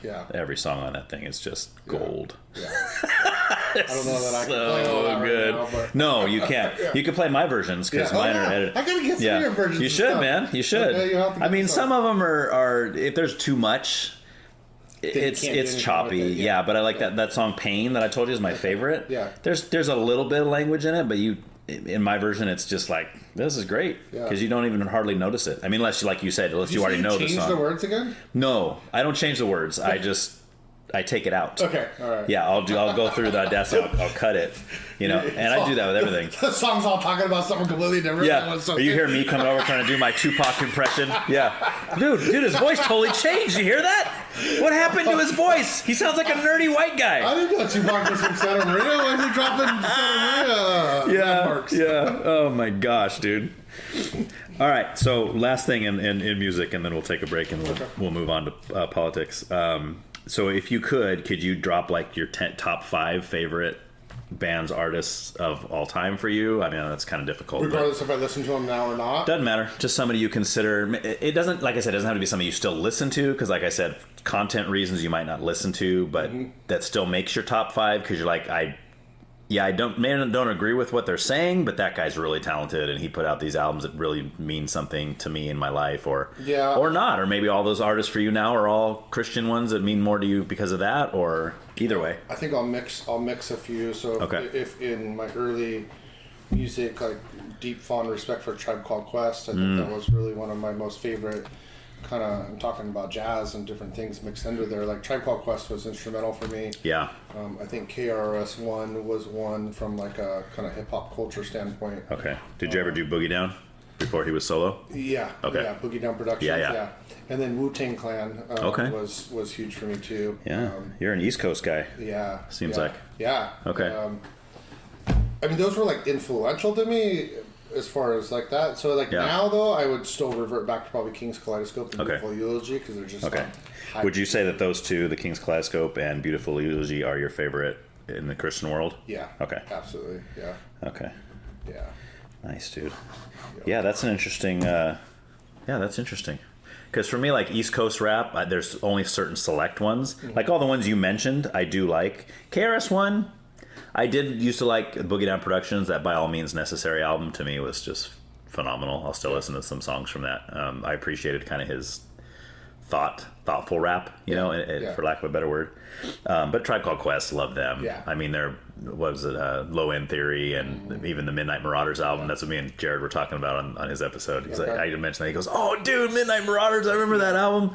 It was really cool." Wu-Tang was one that all my friends were really into when I was like in high school. When that was at 39 chambers, 36 chambers, whatever, something chambers with Cream and like all those songs. And to me, I was like, I loved Method Man. Yeah. Like whenever he would come in the song, I was like, "Oh, dude, he's like the Eazy-E of that group." Okay. To me, he'd come in there and they all had unique styles. Yeah. And, there was.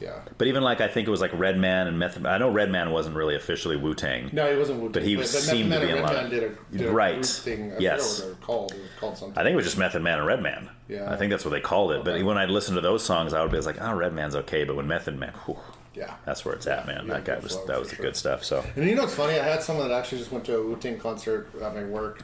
Recently? Yeah, I was just thinking. I didn't even know they were still doing stuff. I'm thinking, are they coming out on canes? Yeah. Because I know how old I am, and I know they're older than me. Yeah, dude. And so come out in a wheelchair. They gotta be in their. I mean, I'm kind of joking. I mean, people aren't walking around in canes in their 50s, but they gotta be in their 50s. Yeah, dude. And Wu-Tang was like a really hyped group, like jumping on stage. Yeah. And like I'm just like.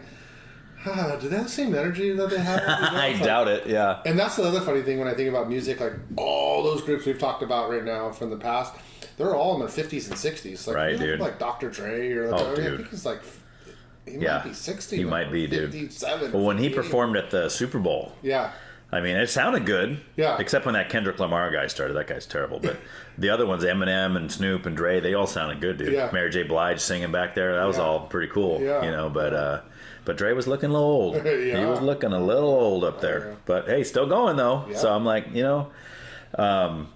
so from those five, are you able to give me 2 or 3 songs that are your favorite of them off the fly, or do you want me to contact you later and get them from you? Oh man. So I'm lazy these days, just like I don't remember telephone numbers anymore. Okay. We're You just say their name into the phone? Yeah. Call Bob. Yeah, I mean, of course, like, the older groups like Wu-Tang, like Cream was, one of those songs.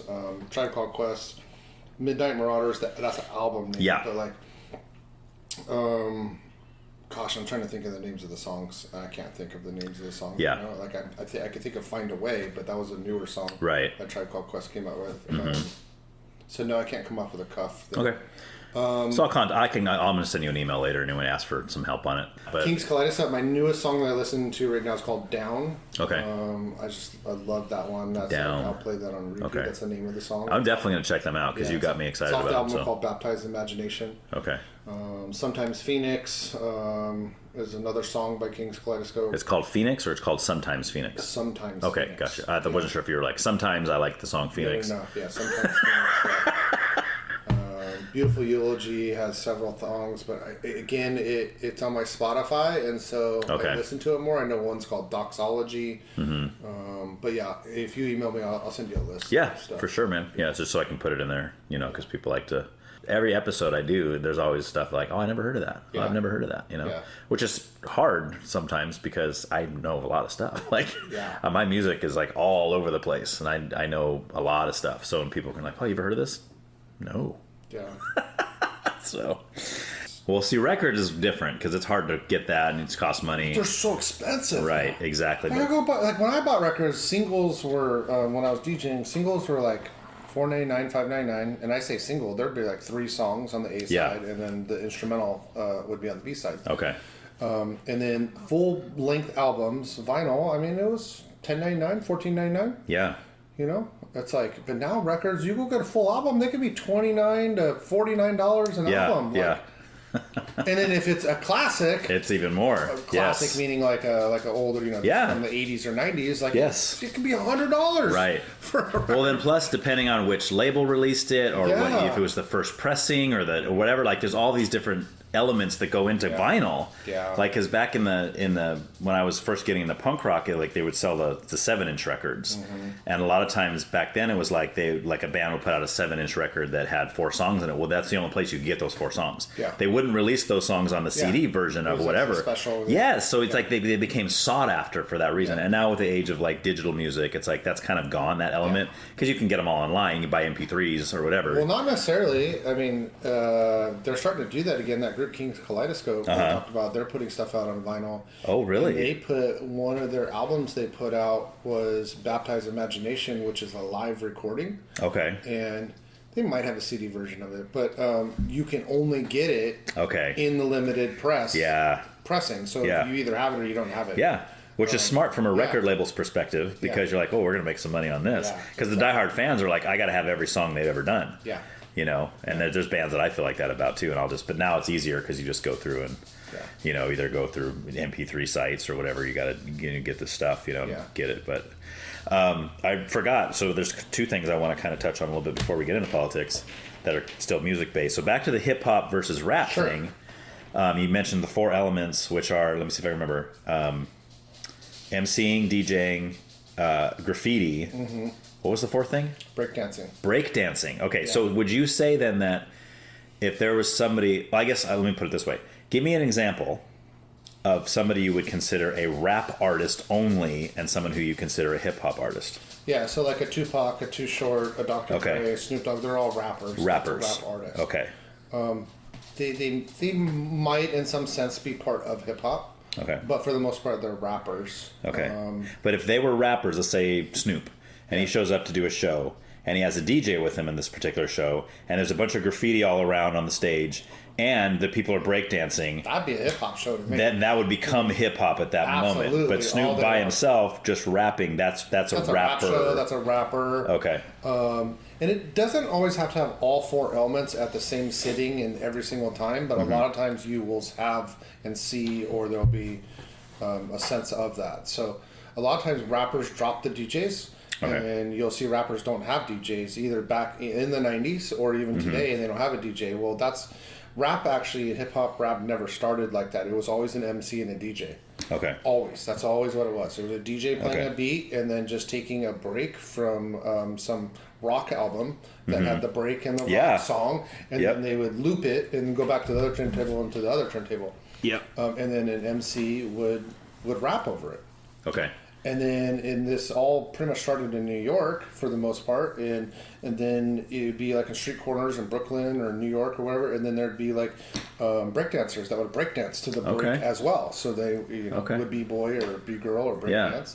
Yeah. And then or these days, be non-binary. Yeah. There you go, non-binary. Okay. I mean, we got to stay PC. Or you could be that crazy girl from, well, not crazy, but did you see the Olympics?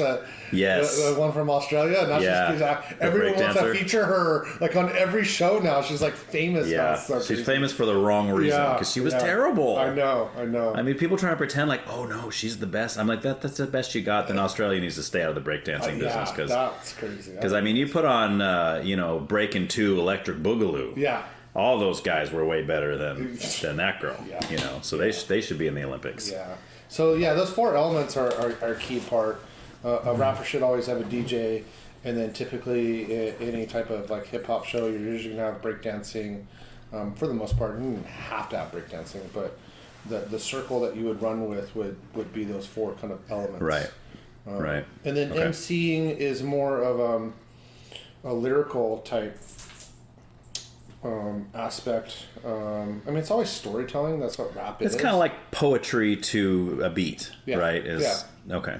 Yeah, you know, like, so Eminem came out of, like, the hip-hop culture. Okay. I have videos of him before he became famous and before Dr. Dre discovered him, and he would be in, like, MC battles where, like, you're battling, and that's part of hip-hop, too. Right. Like, hip-hop is, like, MC battles where you have, like, MC against an MC or a rapper against a rapper. Like, that's hip-hop, too.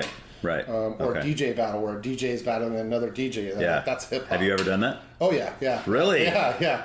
You got videos of that? I do. Actually, I have a whole crate or whole container in my garage of all, because so I had a record label, I got my vinyl, I got that's right. That's actually what I wanted to go to next, because we forgot to talk about that. I got all kinds of stuff. Have you ever heard, there's like a thing on TV where you can send in all your old cassette tapes and videos and stuff, and they'll like digitize it for you? Mm-hmm. I've been wanting to do that, to kind of like get it into a content that I can listen to or watch now. But yes, I've done a couple DJ battles. Actually, one of them that I won, it was kind of a funny story. It was in San Luis Obispo. They used to have what's called Final Appreciation Day. Okay. And it was once a year, and it was an annual event. And I went to go support DJ friends of mine. I wasn't in the battle. And it was down at like that little kind of Greek theater by the Mission in San Luis Obispo. And, there was, several DJs there. Well, they were short of DJs, so they didn't have like an even number of DJs competing. And they were trying to influence me to get in the competition. Well, I didn't bring my headphones, I didn't bring my records, I didn't bring nothing. They convinced me to let me borrow some of my friend's records that was in the battle. His name was DJ Hydro. And it's like picked out a couple records. I spent like 5 minutes, like just kind of like figuring out a couple things.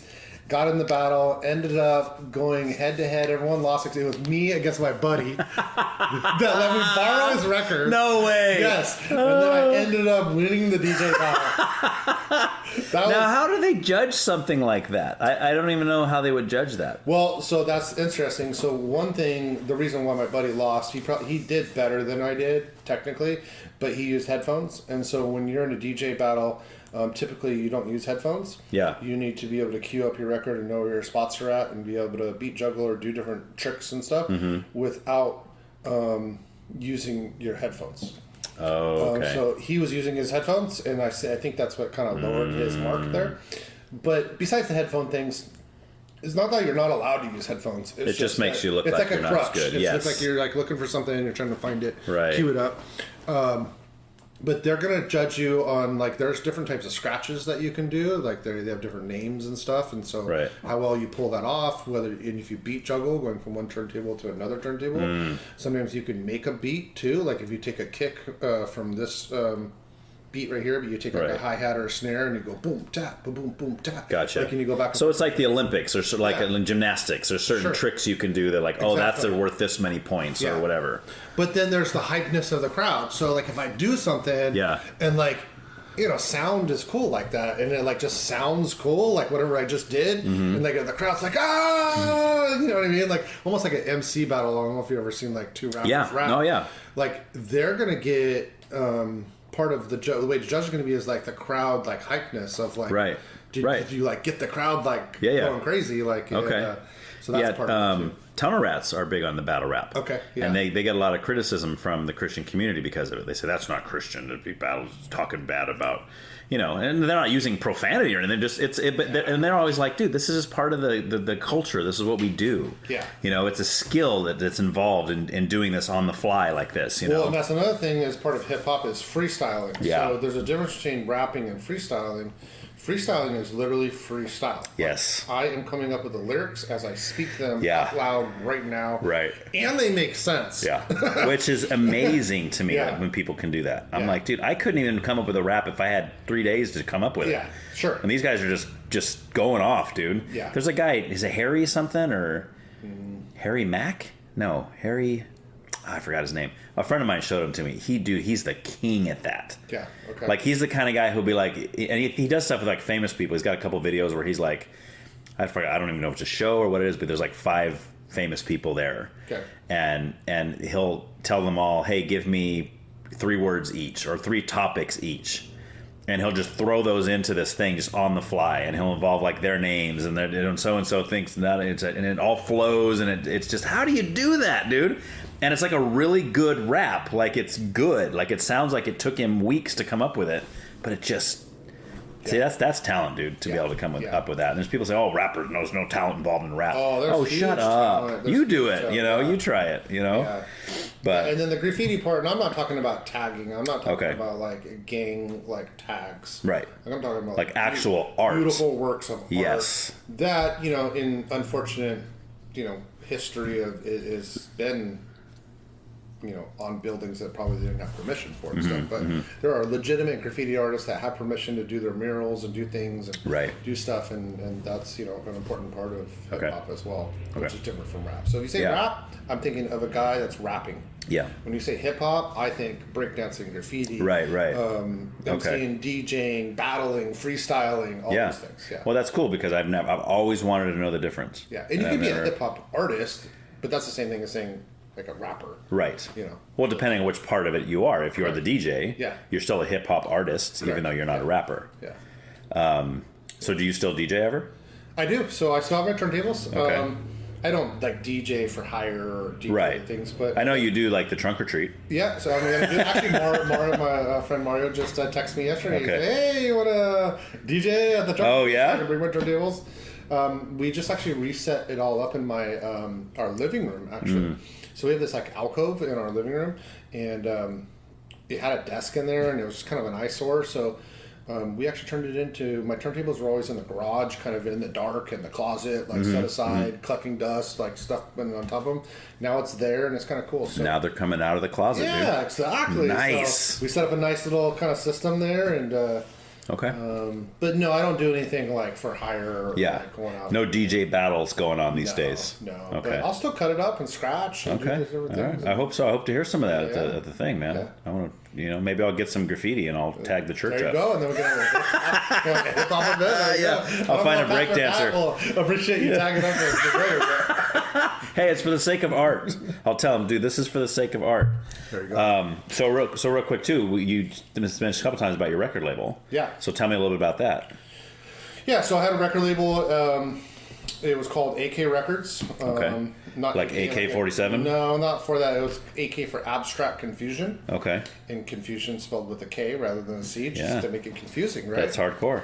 Confusing with a K. Yeah, exactly. So, Abstract Confusion, AK Records, and it was a record label. And I made beats. We came out with some vinyl stuff. Came out with some CDs. Did the Vans Warped Tour. Okay, so on your label, did you have artists that you had signed? Sure. So okay. I mean, in the sense of like you say signing, it probably wouldn't be like a legitimate label where they had like attorneys and contracts and things. But yeah, there was basically there was a few. Dorn the Overseer. Okay. Was on there. Oh, really? You put them out on your label? Dorn, okay. And then Venomous Voices. Okay. Which is a group that I think still does stuff around.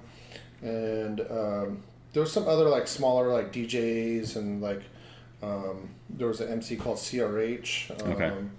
But yeah, the main two was Venomous Voices and Dorn the Overseer. And how many releases did your label have total? So we had one vinyl release, and we had I think Venomous Voices, we had 2 albums, and then Dorn the Overseer, I think we had 2 albums on the record label. Okay. And then CRH had 1 album, and then I had a series of like mixtapes, like DJ type things. Nice, dude. Yeah. And are these releases that have kind of gone into obscurity, like you couldn't find them now? No, you still could find Venomous Voices, Dorn the Overseer. You can find our vinyl record. Like you have a website that you... We don't have a website. Okay. I don't host anything. But when I had the record label, that's when like iTunes was coming out and all the digital media stuff was coming out. Nice. So I did have a contract with a digital media publisher, and there's still stuff all out there. And I still technically get royalties for it. Nice. Yeah, so if anyone goes and listens or downloads or pays, I still get, Right, $1 million checks every month, but which is nice when since you don't work. Exactly. Since you sleep till noon every day and just kind of play video games. We'll just we'll top about 5 zeros off of that, and that'll be about my remote teacher. But it's funny. Like I'll go in there, there'll be a few $100. Yeah. Of royalties. Like it's super interesting. It's kind of cool. It's free money. Exactly. I mean, it just comes out of nowhere. Like, hey. Yeah. So the Venomous Voices stuff. Oh, I'm sorry. And then there was another group called Freelancers. Okay. Sorry, that was my later group. And this is all hip hop stuff. All hip hop. Well, the Venomous Voices was like a live band. Okay. But it was like a hip hop.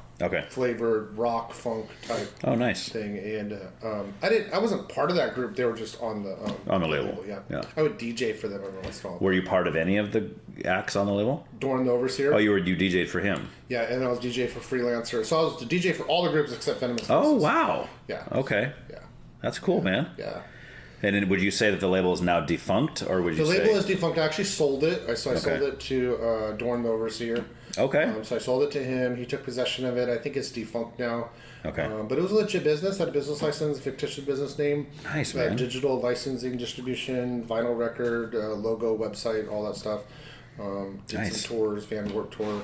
We weren't on the main stage of Van's Warped Tour. They had like side stages. Yeah. And so there probably wasn't any hip hop acts on the main stage, right? There was Talib Kweli and Mos Def. I remember. Oh, okay. That was they were pretty big back then too. Yeah. So, huh. But we had some legitimate stuff. If you searched Venomous Voices, if you searched Freelancers or Dorn the Overseer, all that stuff. I mean, you might not find it in the very first Google search. You might have to do Dorn the Overseer Santa Maria or Venomous Voices Santa Maria or nice, and then you'll start finding it in any iTunes or any digital media Spotify. Yeah, might find it in Spotify. And does Dorn does he still do music? I think he does. See, the thing is, I'm not really connected with all these people as much. I think Dorn will do it until the day he dies. Yeah, I imagine comes out of you. It comes out of you. Yeah. Yeah. I mean, that's why a lot of people do that kind of stuff, like that are in bands. It's kind of a hobby because you got to make a living. I mean, but then if you can get to the point where you can make a living doing that hobby, great, man. That's great. And you can quit your job. But for a lot of these guys, it's like, I work a 9 to 5. Yeah. And then on the weekends, I create music. Well, see, that was the thing for me is that my record label was really taking off. This is early 2000s until I had my second daughter, and then I got married. And then when I found out that my daughter was deaf, and then I was gonna have to move to Whittier. Yeah, that whole marriage, second daughter born deaf, having to relocate. That was like just time that's where my energy needed to be, and so that's when the record label and the music basically literally took a backseat, to almost non-existence. Wow, for me, at least, so. And how old was your daughter when she got the cochlear implants?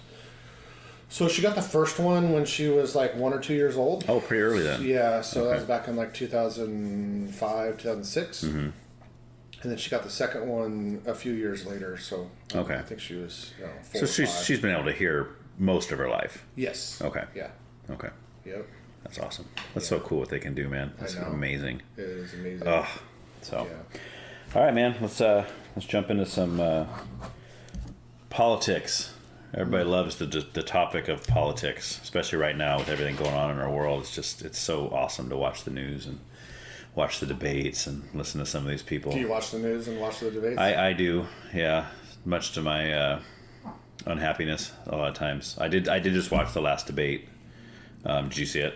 I did. The Trump I didn't watch every minute. So I watched the entirety of the first one with Trump and Biden. Oh. The one with Kamala and Trump, I watched the first 20, 25 minutes. Oh. Right, little passed up to we're eating the cats and the dogs. I was going to say, have you seen all the parodies of eating the cats and the dogs? Yes. They're hilarious. And then the songs that they've done, and dude. The songs, that's what I meant, not the parodies, but the songs. Right. They've done some great songs. Yeah, it's pretty funny. Yeah. But I mean... But see, that's Trump's issue, and the disappointing thing about that debate was watching Kamala smile because she knew exactly. I mean, they told her to do that. I'm sure they said, "Look, you got to get. Do you think that she knew what he was talking about when he said that? I think that she knew how to draw him out. Everybody knows the one because all Trump's people are telling him, "Look, dude, just answer the questions." Don't turn into retaliation mode and your mama jokes. I know, but he's doing better Yeah, than he has been, which tells me that somebody's telling him, knock it off. Yeah. But everybody knows the one thing you can always get Trump to make himself look stupid about is his crowd sizes. Yeah. All you got to do is mention crowd size, and he's going to go on and on about his crowd sizes are bigger than anybody's, and you go, you're not even going to see her, and nobody even goes to her rallies, and blah, blah. And, and all that might be true. There might be total truth to that.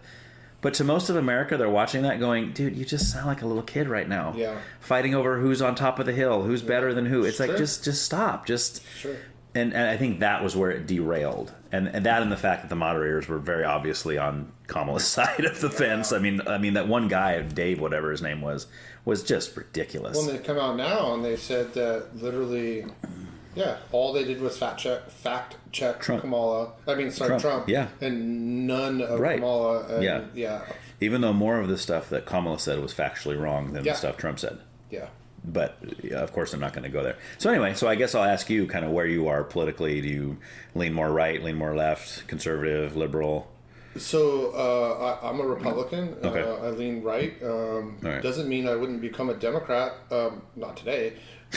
I'm not really a party guy per se. Like my faith or my belief or my trust or my ideology is not in my party. It's at the core beliefs of what's going to take place. So my walk with the Lord is most important. So, at kind of high level, like where do you stand on abortion? Right. Where do you stand on these things that line up with the Bible is where I'm at. So Sure. if that's a Democrat, that's a Democrat. Right. That's a Republican, that's a Republican. The label doesn't matter. It's the issues that are important. Yeah. But we know that parties are taking extreme sides, and it's almost like that pendulum is either extreme left or extreme right, and it's like it's really hard to kind of find that balance, or that center. But I'm basically I'm looking for the most pro-life person. Okay. So is that like top of the ticket for you? Is that like the number one issue that you is most important? I believe so. I think the sanctity of human life is extremely important. Mm-hmm. And, it's interesting when I listen to the debates and you hear the attacks on abortion. And I understand it to one point, but another point I don't understand it. I don't understand why Trump just doesn't get super factual with it and be like, look, I don't believe in abortion because it's murdering a baby. Right. But he won't use those words, but you think he would because he likes to be very kind of dramatic with things. Yes, but I think he's trying to be cautious because that's a very hot topic issue. Like he can make that statement, right? And part of America would be cheering him. Yeah. Yes, finally somebody's saying it like it is. Yes, right. But then, kind of the people are kind of on the fence with the issue. Some of the people are maybe like, well, I mean, maybe first couple weeks abortion's okay, or these kind of things. That's my point. They're already having the debate about abortion and not abortion, so you're already going to lump him up into like you're not allowed to have an abortion, or you are allowed to on the Kamala side. Well, but that's what I mean. It's not so polarized. Like there's a lot of people that don't look at it like abortion's okay or abortion's not okay. For a lot of people, it's like abortion's okay as long as it's within this time frame, or not okay if it's over here. Here's my point to that, though. He could like take that and it becomes a debate on when does life begin. Correct. And that's why I say I get it and I don't get it. Like I get it. Like the stage is not necessarily supposed to be about when life begins. It's supposed to be about governmental things. But yet they're voting on these things. So let's define when life begins. Yes. Which really, that's the only question that matters in the whole abortion debate, as far as I'm concerned. That's what I'm saying. Right. When does life begin? Right. And it's already been proven that life begins at conception. Like, I mean, it's a living. Yeah. Well, and that's why I like the term living. I was doing an episode with somebody one time, and that's the term he used, and it sounds really simple, but I never really thought about that. Because I'll say, well, is it a life? When does it become a life? The question is it living? Yeah. Right, from sperm to egg, it's living, meaning if you leave it alone and everything happens naturally the way it's supposed to, it is going to eventually become a baby and be born and grow up to be an adult and a human and like all this stuff that's going to happen. That we're formed in our mother's womb, right. And he knows every hair on our head. Yeah. He forms and knits us in the womb. Right. And if we're so like we have these groups that you can't build because there's some tadpole or some fish. Yeah, like a salamander. Yeah. Or I mean, we have the stuff in Santa Maria right now. I think there's like a salamander issue or something. And you can't build because we're gonna kill off the salamander species. Right. Like it's so precious about that life. Yeah, isn't that crazy? But yet, that same thing is the size of a salamander in the womb, but we don't want to call it a life until, you know. Well, it's because it's become a feminist issue. It's become, and that's why the argument is usually my body, my choice. Don't try to tell a woman what she can do with her own body. Don't take away my reproductive rights. Right? It's all about the woman's stories rights. of like, okay, I'm about to die, and so then the mother dies. Right. But see, if Trump pinned it to where Kamala or anyone that's debating this topic had to defend whether it's murder or not, had to defend whether it's a child or not, and they used real language like child, baby, living, instead murder, of fetus or or they don't, like, if you hear Kamala, I was just listening to her last night. Oh, I'm sorry.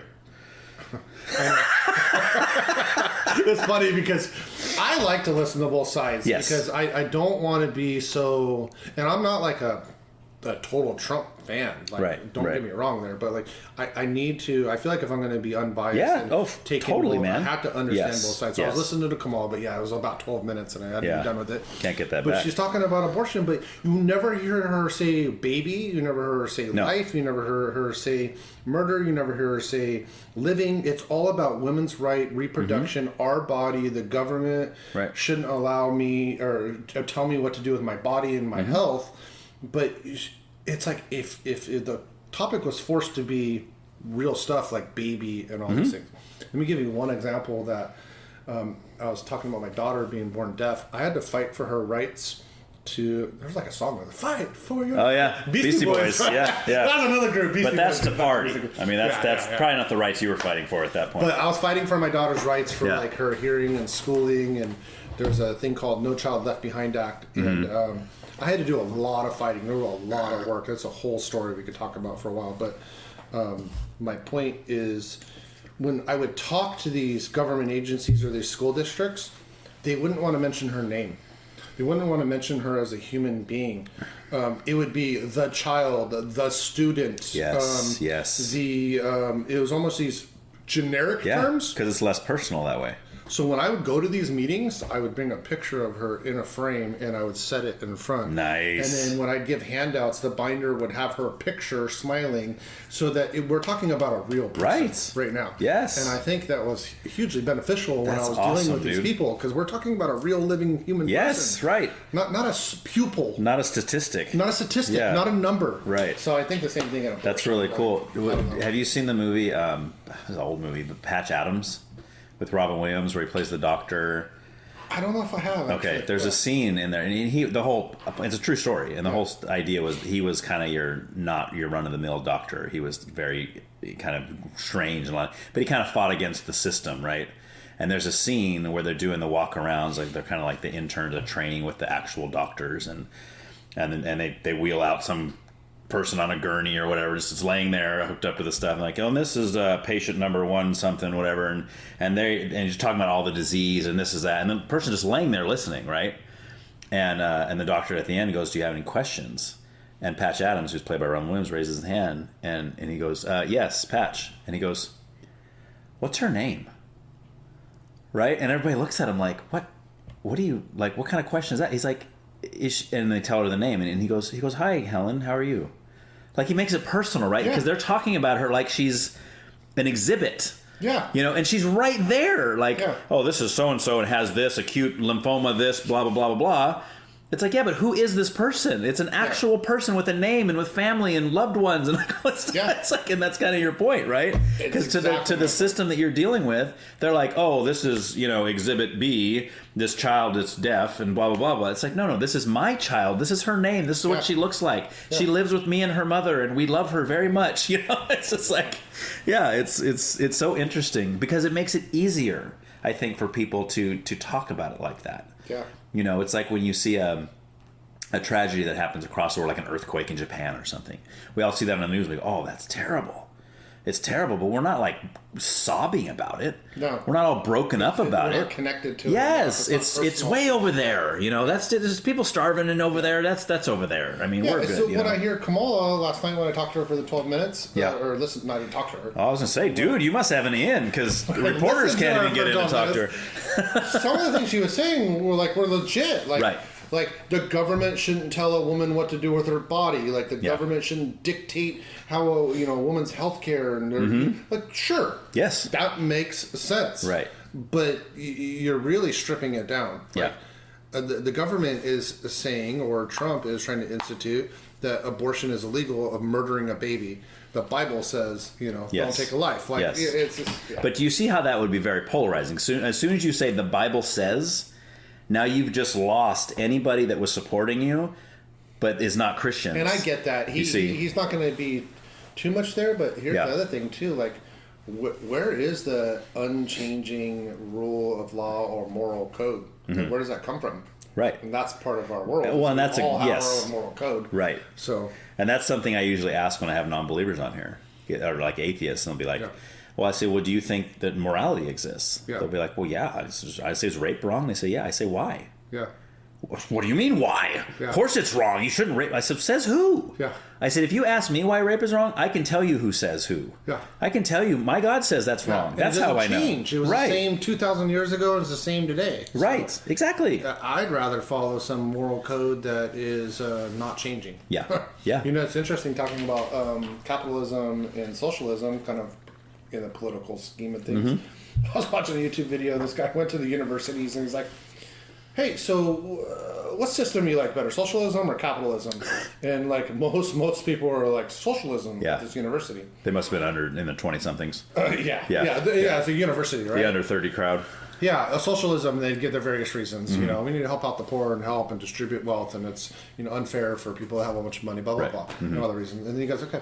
He says, so do you have a GPA? What's your GPA? Maybe like 3.8 or 4.0. And he's like, if we instituted something at the university where it was like a socialism, basically, for GPA, and someone like was kind of underperforming and they had like 1.0 GPA, would you lend them like, let's just kind of balance out the GPAs? And like, would you give some of your GPA to them? Yeah. No! Yeah. I worked hard for that. Yeah. Wait, you worked hard for your GPA? So you're telling me the person that's got millions of dollars didn't work hard for the millions of dollars? Yeah. Like, do you want to go down to a 2.5 so the guy with the 1.0 can go up to a 2.5 Yeah, also? It was so funny. Yeah. They were anti-sharing their GPA, right? But they were so like, the wealth should be distributed. Right. Well, because they speak broadly and they don't realize when you talk personally, it's like the people that are like, oh, we should just have totally open borders, let anybody in. Is this a free country? Everybody come in. I said, okay, well then stop locking your door at night. Yeah. Well, no. Well, why? Well, because somebody might come in. That's the personal touch. That's what I'm saying. As soon as you make it personal for somebody, now all of a sudden they're up in arms against it. Well, yes, but you don't understand. That's what we're saying, but we're talking about it on a national level. We want to have. We're not saying, screw all these other countries. We hope they die. We hate them. The United States is built on immigration. We're all land of immigrants. There's no. Bingo. We're not. There's Africans and there's Japanese and there's Koreans and there's Mexicans, but there's not. Really, I mean, there is Americans, but there's not Americans. Like, America is only been formed by the immigration of a bunch of people. Yes, right. Well, that's why most people that talk about this, they're not against immigration. They're against illegal immigration. Exactly. That's the key word, right? And that's why it's always frustrating. Come in through a process. Yes. And, there is something to be said for the process. It probably needs to be reformed, make it a little easier. I don't mean easier in the sense of leniency, like, does anybody come on? We don't look at nothing. But they need to make it maybe faster. To get into the United States. Exactly. Like, come on, apply. I mean, I don't know. I don't know enough about the process and how many people, but I mean, I couldn't imagine it should take longer than 6 months to a year to apply to become a citizen and become a citizen. Yeah. I don't know. So, do you think that your political view has changed since you became a Christian, or do you think? It's you kind of always been. I guess on the abortion topic, I never really fully understood abortion and had many thoughts about abortion. So abortion has shaped some of my political aspect. Like I said, abortion is like a top level thing for me. But lots of things are gun rights, abortion, just freedoms. But probably I would say it has shaped a little. You think you were a little more left leaning before becoming a Christian, or maybe? I mean, I wasn't really into politics, nor was I into any type of form of religion. Right. So I was just kind of flowing and walking and doing my thing. Living for you, baby. Which is actually part of my testimony too. When we get into my testimony, of that. But okay. Cool, man. So I'm just talking to you. I'm definitely gathering that you are going to be voting for Kamala Harris this term because you sound like a big supporter of. So I mean, but in all honesty, like, what do you think about the two candidates that are before us? Do you think that this is the pool of the best two people to run in the country? And when you look at the two candidates we have, are you thinking, "Oh, I'm glad this is who we got," or are you thinking, I feel like I'm choosing between the better of two bad things? I respect Trump on many aspects. Okay. I don't respect Trump on certain aspects as well. Right. I don't put my trust into a man. Of course, Jesus is the only perfect person that I can basically, look to. But when I look at the political system, I think Trump is the best of the two, but I don't think he's the worst of two, bads. Okay. So I don't look at it that way. Kamala, absolutely. Like, I don't think there's really much anything that she would bring to the table. But I think, Trump's been super successful in business. Yeah. He's been super successful in running an enterprise of buildings and construction and doing things. And it's funny, when you look at, like, pre-presidential run, like, he was still famous. Like, he's on Oprah and Ellen DeGeneres and talk shows and all these things.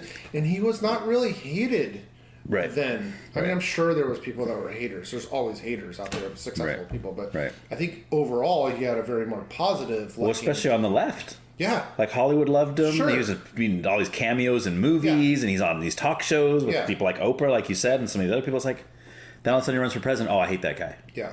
But it's on the other side, too, because everybody hated Kamala until the moment she's running against Trump. Now everybody's tooting this horn like she's the greatest. She's like Mother Teresa or something. Yeah, it's like, no, but we all know you guys don't like her. The only reason you're pumping her up is because she is going against Trump, and you hate Trump. Yeah. Right? You're like, anything but Trump. That's how Biden got in. Yeah. It really is. I mean, that's the only reason he won, is because after 4 years of Trump, there's a lot of people who are fed up with his rhetoric. Yeah. Not his politics, his rhetoric. Yeah. His hurt feeling words he uses. And I don't want that guy, and he hurts my feelings. Yeah. And that's how Biden got in, Yeah, and I think I believe that people's, usually their strengths are their weaknesses a lot of times too. Like yours, mine. Yeah. Whatever our I don't have strength any is. weaknesses. Okay. There's probably your weakness right there. I'm a firm believer that your strength can be your what is that, nemesis, or like your opposite weakness. So for Trump, like, he's very authoritative and knows what he wants, will speak what he wants, will make actions swiftly, quickly, but then that's abrasive, that's abrupt, that's without, like, the political correctness of my words. Like, he doesn't refrain from that. So of course that's his weakness. Yes. So he's going to say crap that he shouldn't say. He's going to, offend people. Yeah. But that's, I think, also what makes him good. Yeah. On the other side, because he gets it done. He's no nonsense. No nonsense. Yeah, right. He doesn't need to be all politically motivated to do things. Like, right. So. Yeah. Yeah. And I kind of feel like that's how he got in 2016, is because America was just, in general, was just fed up with the political system, because most people you talk to, it's like, well, what do you think about the government and the two-party system and the way that most people were like, we need to start over, we need to do something. Of course, nobody knows how to do that exactly. Yeah. But here comes Trump, comes in here, something we've never seen before as far as a political, potential presidential candidate, and he's like, you can't buy me off. Yeah. I've already got all the money. I'm business savvy. I'm telling it like it is. I'm talking about draining the swamp. He's not a politician. Yeah. He didn't build his career as being a mayor, an assembly person. He didn't work up the ladder. Yeah. Right. Yeah. A career politician. Yeah. No. And that's the other interesting thing. The man has literally been attempted assassinated twice in the last 60 days. He's literally attacked on every front that you can imagine. Politicized attacks, using whatever, the DOJ and different things to come after him, attorneys and cities. You have assassination attempts by local residents, and then you have the Iranian threat of all these things that are coming at him, but yet he's still running for president. But yet he could retire and play golf all day long if he wanted to, or like, he could literally do whatever he wants. Yes. But he's gonna run for president. Right. But yet Like, is he even going to be alive in 4.5 years? Right. I don't know. Who knows, right? At the rate we're going. Yeah, I know. And that, I mean, in a selfish way, that's kind of what I think about. Like if they were to succeed in taking him out, or if he just died naturally, because he's old, right? Imagine. Yeah. I mean, I don't know what that would look like if it was before the election. I mean, if it was after the election, obviously J.D. Vance would take over as president. Before the election, what happens, right? I mean, yeah, that's what I'm thinking. Can you imagine the conspiracy theories that would come out of for that? Sure. But on the other hand of that, it's interesting because Trump is such a polarizing character in a lot of ways. I almost think that if they had someone else in there that wasn't polarized, it might make for an easier Republican win. In a sense, because the truth is nobody likes Kamala Harris. I mean, they'll lie and say they do, but again, it's because they want her to win over Trump. There's probably numerous people, that vote for Kamala just because they don't want Trump. Correct. Yeah, that's the only reason. Right. Yeah. Which you can see when you look at her political career. You go back to 2016 when she was running. 2020. I'm sorry, 2020 when she's running. Just a failed campaign. I mean, nobody liked her on the right or the left. Nobody liked her. Yeah. And then Biden picks her as his VP. Even then, everybody's like, okay, we're glad we got Biden in there because he's not Trump. But every time this VP speaks, man, and that's why she didn't talk after that. You hardly even saw her. Yeah. Because we got to keep her quiet. She's terrible. Yeah. And everybody, even on the left, was like, oh, we can't stand this woman. We can't stand this woman. Oh wait. Now she's running against Trump. Oh, she's great. Yes, she's the best thing ever in the world, and they start having parties and talking about how amazing she is. It's like, you do not think she's amazing. Stop lying. You don't. You just can't fathom another 4 years of Trump. But the political system, not the citizens, but like the senators and the government side of things, of course want her voted because then they get more control of things they want to pass and do. So, of course, they're going to support her, Democratic senators or which Congress. I don't understand. Because like you said a minute when we first started talking about politics, you said you're considered a Republican, but that doesn't mean you wouldn't vote Democrat. Sure. And I'm the same way. I'm like, look, I don't care what you call yourself. I'm going to vote for the person that is saying the things that represent a country I want to live in. Mm-hmm. That's all I care about. I also don't care, and this goes on both sides. People say, well, I'm not going to vote for Trump because he says mean things. Stupid. But it's also stupid for people to say, I'm not going to vote for Kamala Harris because she's annoying. Yeah. Or her laugh drives me crazy. Yeah. It's like, that's true. Her laugh does drive me crazy. But you're the leader of the free world, and I want someone that's going to line up with the values that I value. And that's what anyone should vote on anyone, regardless of what your values are, even if you make up your own values. Like, you should be voting on how are they going to help society and the country as a whole. They're the leader of the free nation. But why do so many people not vote on that? Why do so many people vote on their feelings about the person's personality? I don't know. I don't get that. It makes no sense to me. I don't think most people are involved in politics. I mean, I don't know. I haven't studied this, but isn't it like the nation that turns out to vote even for a president? And isn't it only like 30 or 40 or 50% of the I don't know what the percent was. I know that was it the last election, 2020 election, I think had one of the highest voter turnouts in a while. But again, that's because of the Trump issue, right? I just know that a lot of people don't even vote. Like, they don't even go to the poll to vote. Right. So that just tells me they really are either too busy, or they just don't understand enough, or they just they feel intimidated, or you're just jaded. Like people in California, you feel like a vote for the Republican is almost like throwing it in the trash can. It isn't. It isn't, because I mean, look when Reagan got elected. I was looking at that map. It was Minnesota was the only state that voted Democrat, and the whole country was running. Wow. How would you like to be that guy? From an electoral standpoint. Whoever he was running against, you'd probably feel pretty bad after that. Yeah. Like, nobody likes me. Yeah. Only Minnesota. I'm moving to Minnesota. They like me over there. Yeah. Crazy. But I don't know if California will flip anytime soon. But But you never know. You never know. I mean, here's the other thing. I mean, we're talking about politics. How many people do you know that you walk up to and they're like, I love Gavin Newsom? Yeah, I know. Yeah. But I mean, we had a ballot for him to be appealed. And it didn't go. Or whatever didn't it is, go through. And it didn't go through. And there was enough, like, you had to have like a couple million people signatures, I think, to even get that on the ballot. Right. And then it goes to the ballot and it didn't go through. And which is a bummer because Larry Elder I thought was pretty cool. The Yeah. guy that was running against him. yeah, I don't know a lot about Larry. Yeah, Elder, he was pretty cool. Yeah, I think I voted for him. But Yeah, I did too. Yeah. Yeah. But again, right, the state of California right now, they're not gonna elect somebody like Larry Elder. Yeah. He's way too conservative. Yeah. It's just because that's really what it's about. People try to play the race card all the time. Be like, oh, you don't vote, you don't like Kamala Harris because she's black. That's why, because and you don't like women. You're sexist and blah blah blah. But then you look at something like Larry Elder. Dude, all the conservatives are voting for Larry Elder. It has nothing to do with him being black. Yeah. But he's conservative. So the people on the left are like, oh, no, he's not. He's not really black because he's not a Democrat. You got to be a Democrat to be actually black. It's like, this is the stupidest thing I've ever heard in my life. Like, it's so idiotic. It's like, no, there's plenty of people. Something like Candace Owens, who people call an Uncle Tom or whatever, like the female equivalent of an Uncle Tom, because she speaks out against some of the ridiculous things that are being said from the black community. Yeah.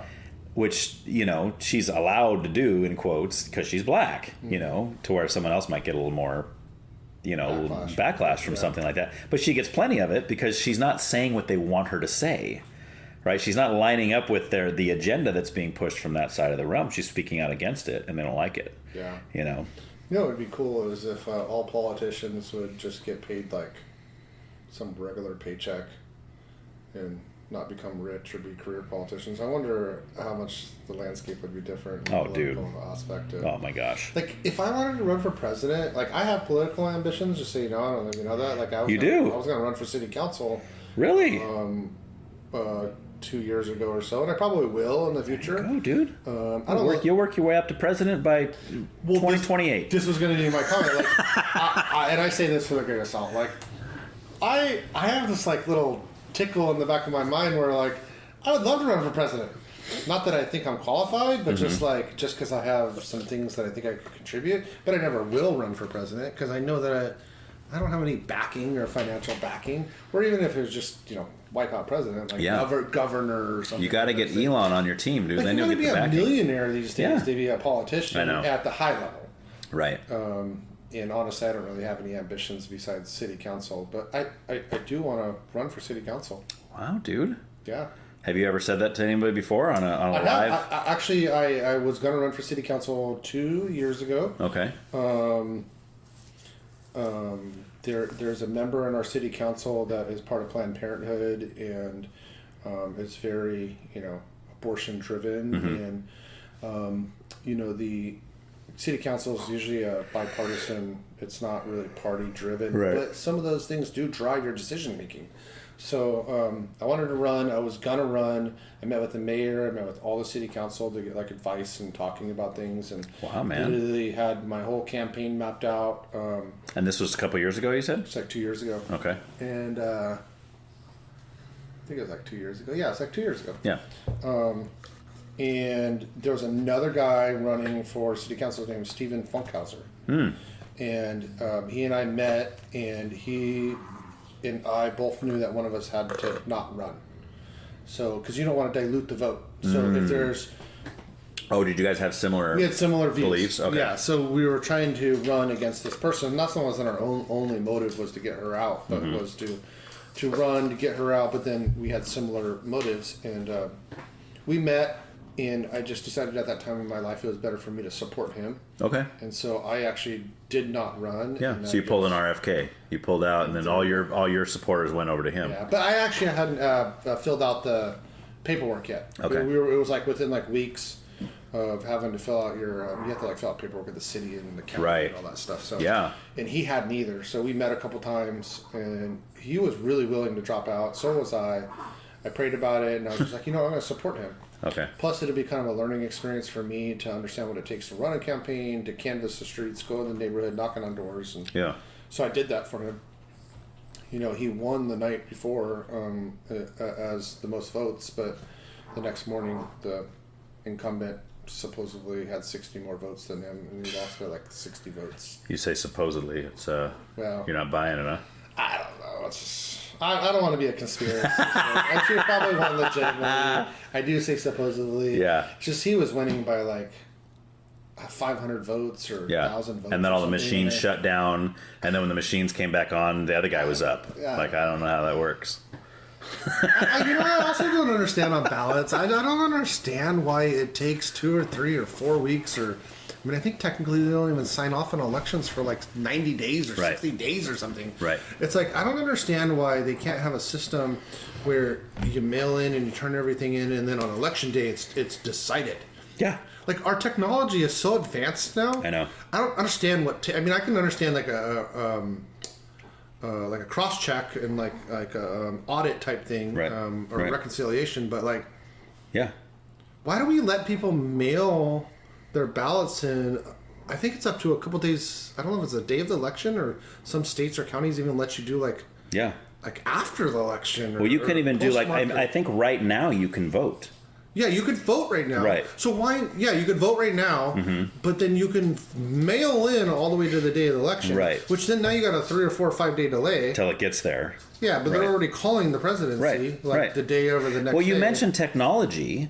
Why don't they have a thing where everybody has their phones and they have like some thing where it reads your fingerprint so you can prove who you are, and everybody just votes on the day of the election from their phones. Boom, you get numbers that night.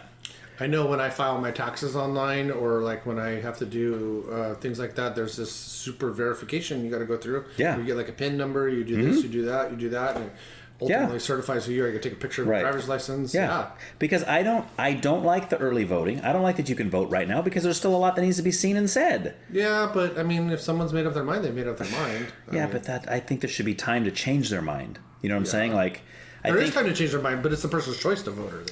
Correct. I don't think they should have that option, is what I'm saying. I think you should be able to vote on the day of voting, and that's it. What if I'm going to go to Europe for the next 2 months? That's your fault. Then you got to vote for the European Congress over there. Just move over there, dude. Just go ahead. Just live over there. So I mean, it just seemed like so many things could go wrong with the mail-in ballots, with the early voting, with all this. It's like, no, dude, just vote on the day, and they need to come up with a way that will guarantee that only a person who can vote legally is voting, and definitely that's who is voting. And then there's no way to vote twice. There's no way for anybody to use a dead guy's voting. All that. I mean, there's ways to do this. Yeah. That shouldn't be that difficult, because of, like you said, technology, where we're at. We can do all these amazing things, but we can't make it so elections can be fair. Yeah, it's crazy. Why is that? It must be because some people just don't want it to be fair. It's like, no, we need to use this to our advantage. And I think that comes from both sides to some extent, because every election in the history of our country, maybe not every election, most recent elections, you can look and see there was voter fraud on each side of the issue. There was people trying to cheat in some way, shape, or form to get their candidate in there. And it's crap. It's like, come on. I always think there's going to be people with that mindset and that try to do that. What I'm saying is we should develop a system that makes it impossible for them to do it, even if they want to. Like, it shouldn't even be an option for somebody to steal a vote or to... I think no matter what, in any system, someone's going to find a way to cheat the system. Yeah, because there's always smart people that use their talents for the wrong reasons. I mean, you got people that figure out how to, hack ATM machines. That's what I'm saying. Like, you look at football games and deflating footballs and doing these professional sports teams getting paid millions of dollars. Right. And people still find a way to cheat. Right. Right. In baseball, they got to cover their mouth, and football, they're holding up, blocking things. And it's like, come on.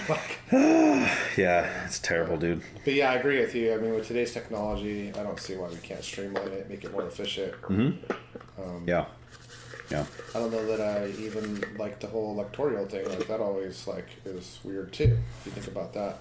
You think we should go to a popular vote system? I don't know. I mean, I've read and listened to studies, and I'm not an expert on this topic.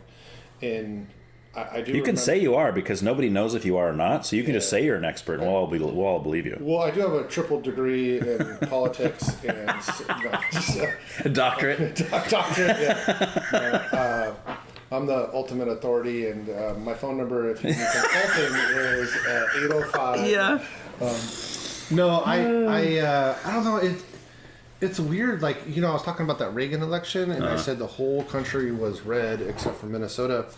And so if you look at the electoral votes, it was like, whatever, the hundreds, 500 something electoral votes, and the other guy had like 10 or whatever Minnesota has, right? For electoral votes. Right. But when you looked at the popular vote, it's closer. He had millions of votes, and it was closer.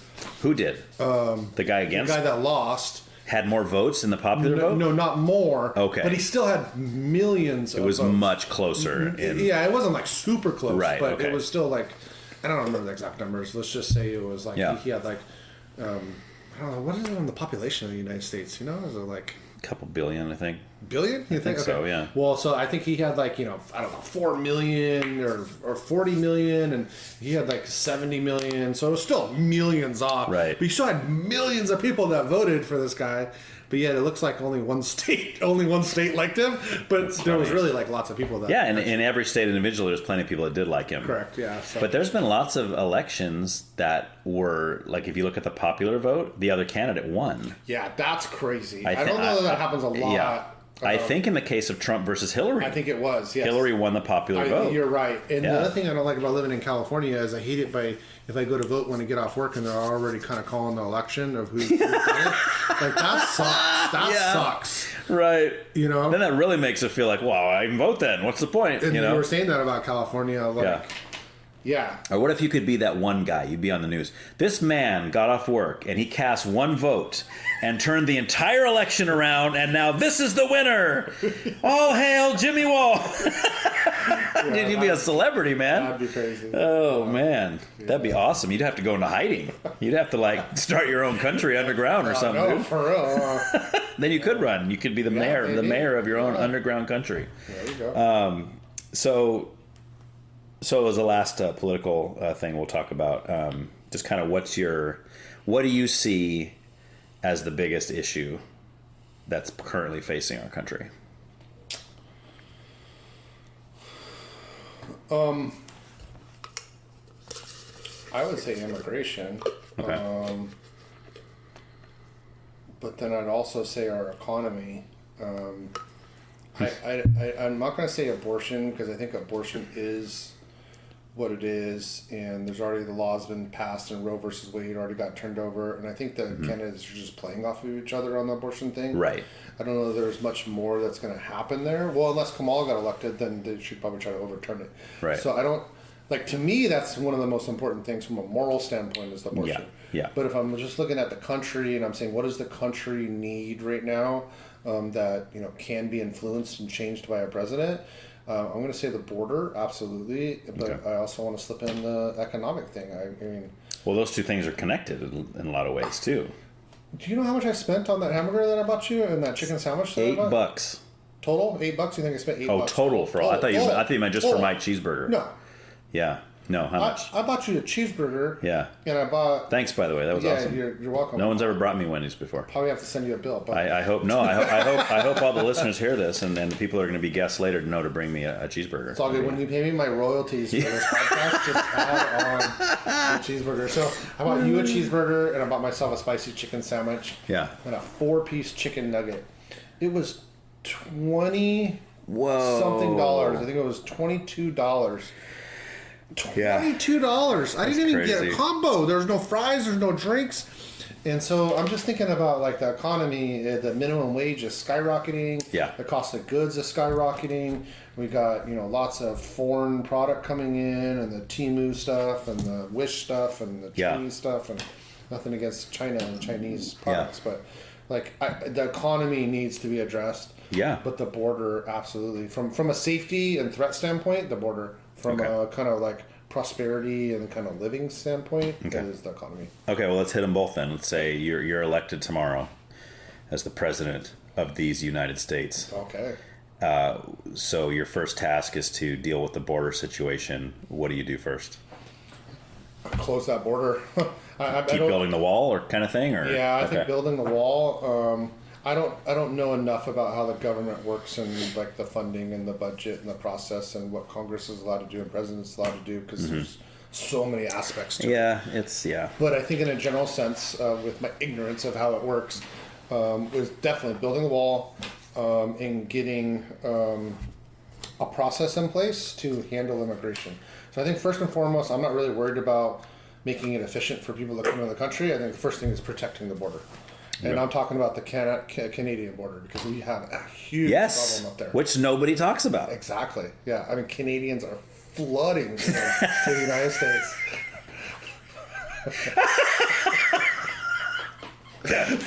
Oh, wow. Yeah. So securing the northern border is up. Yeah. So the first place I would go. Yes. No, but building the wall, I think Trump was making good progress there. I wouldn't be worried about creating an efficient process for people to become immigrants yet. I think it'd be building a wall, securing it, getting it stabilized. Okay. Whatever that means, whether it's more resources, Right. more budget, more border patrol, Yeah. a wall, and then coming up with a system. Come up with a system to, that is efficient to allow people to apply to become a citizen. Right. And Okay. Yeah. So you'd hit the root problem first off. Yeah. Stop the illegal immigration from happening in the way that it's happening. Obviously, you can't stop it completely. Yeah. But you can definitely stop what's going on now. That flow now is huge. Yeah. It's bigger than it's ever been.